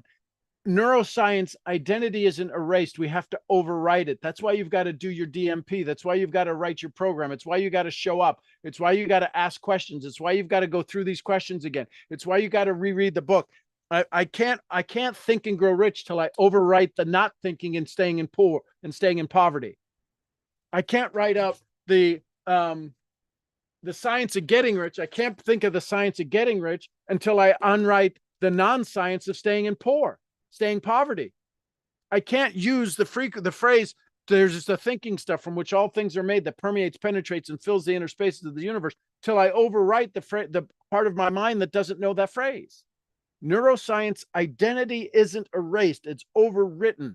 This means you don't have to fight the old story. You simply listen carefully. Here's the key. You ready for the nugget? Drop an N in the chat if you want the nugget. If you want if you want the glory of all glory, the most powerful billion-dollar nugget of all nuggets, drop an N in the chat. Here it is. The old version of you is still available. I'm going to get to it.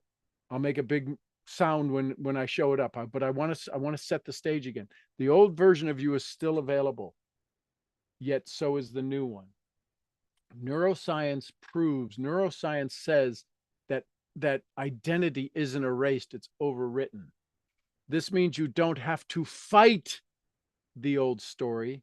Here's the nugget. Dun, dun, dun, drum roll, please. You simply out-behave it. That's it. That's it. Everything you want in life, you have to out behave, out act the old story. You don't have to fight with it. You don't have to fight with not getting up at 5 o'clock in the morning. You freaking get up.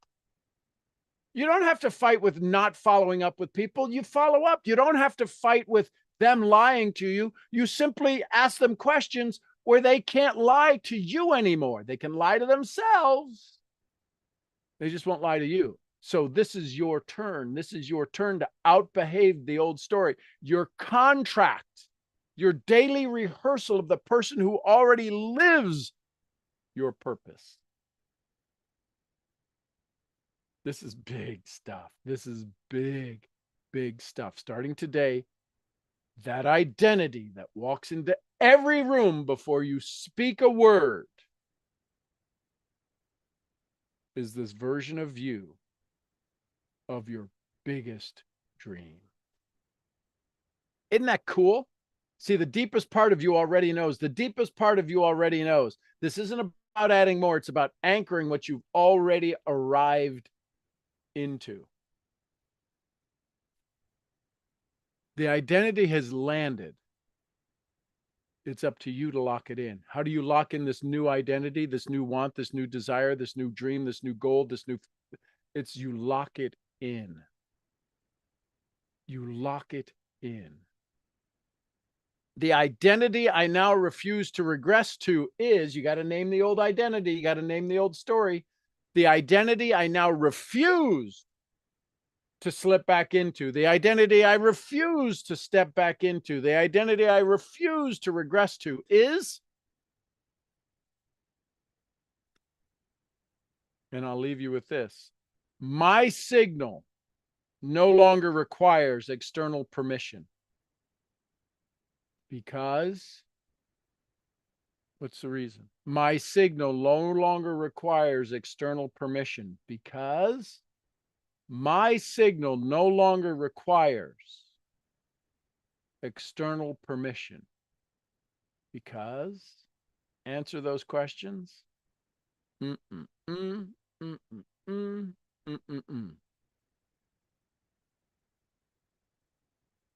Good stuff. Questions, comments, thoughts.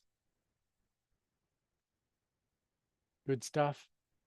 Yeah, big stuff. I know your brain's going, oh, we're done. We're done. 2.5 hours. We're done. Shake it out, shake it out, shake it out. Say, I made it. Your new identity made it. Your old identity wouldn't made it. Your old identity couldn't have showed up. Your old identity would have quit an hour ago. An hour ago, you'd have went, okay, I need to go see if the cat needs me to clip its toenails. Can you repeat the identity one? The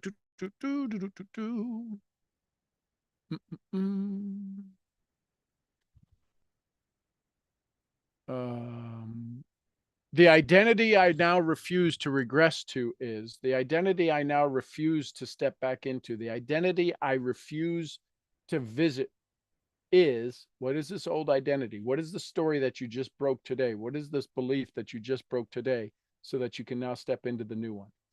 The identity I now refuse to regress to is, yeah, it is intense.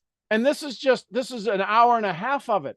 Imagine how intense it gets when you start to live it daily. Here's the thing. It'll be, how many of you know, Diane probably knows this because she's an island girl. How many of you know there's people who that in the summer, their skin gets dark. It gets like mocha choca chocolate brown, and they could stay out in the sun all day long and never get burned. Their skin melatonin starts to increase in depth and darkness, and they become dark, right? So they can stay in the sun in the beginning, right? I'm Irish. God bless you, John Gerard Patrick Murphy. Oh, go on. I think about the sun and I can get sunburned. There's people who are white. There's whiter than a sheet of paper. They go out in the sun, and those are the people you see in Europe who go on holiday for a week in August, and they come back like this color. They're like, hi, did you go on vacation? Why? What made you thought I went on vacation? Right? They look like this. You are about to burn. You are about to go on to re-entry. You're about to go into, come back to your highest and best purpose. You've been in outer space. You've been floating around, fitzing around. My mother would call it just flitting around. You've been flitzing around out in outer space, and you're about to come back and land your biggest and highest dream for the next year. And once you land and come back and realize you don't have to leave, you're going to have to go through the re-entry. You're going to have to go through the re-entry of this idea, the re-entry of this goal, the re-entry of this frequency, the re-entry of this possibility, the re-entry of the miracle you are. And you're going to have to burn up some crap. And that's what this does. Tomorrow, we're going to be working on your DMP. We're going to actually start working and understanding and putting a bow on this whole thing. Is that okay? Any questions, any comments? That came back with a can of Coca-Cola. Yeah. Okay. I love you tons. If nobody's got any questions, we're good. I don't think I see any hands raised. Nope. Awesome. Yeah, it's a lot. I know your brain's what you're wiped. Get some. What I would encourage you is make your final notes, create your things, and just go walk. And go walk. I don't care if it's around your house. Walk around, physically move your body, and say, there are 100 things that I remember that I didn't get a chance to write down. Let your brain, because it picked up everything. Everything I said has been recorded in your brain. Everything you thought has been recorded in your brain. That we repeat regularly, repeatedly shows back up. So offer yourself a space, offer yourself a chance, and go walk around and say, as I reread my notes this evening, later on today, when I sit back down, tomorrow, anytime I reread these notes, I pick up the nugget that was just around the corner. I pick up the nugget that I missed while I was writing this note. So when I reread them, I'll get more nuggets. That's pretty cool stuff, isn't it? This is how you can program. This is the DMP version of you that knows everything, that remembers everything. You don't really need to write notes. The reason we write the notes is because we haven't upgraded our memory capabilities and capacity. When you start to live from your DMP, you won't forget nuggets. You just won't. You know that's the fuel for your next level. That's the fuel for your next trip. That's the fuel for your next journey. Does that make sense? Okay, I'm going to stop. Otherwise, I'll keep going. Give me a 1 to 100 how you thought today went. How did 1 being below average, 100 outstanding. Write it down for yourself. Say it for yourself. Where do you feel you wound up today? 1 to 100, 1 to 100. I just want you to do this because this is important for you to say, I just came up with the solutions and the suggestions that work for me. I love it, love it, love it. I got a 20. Listen, I understand that. I get it. I get a 20. Love it. So take a big breath. I made it. You crossed the finish line. Doesn't matter how fast you did it, how quick you did it. You crossed the finish line. You made it to day 4.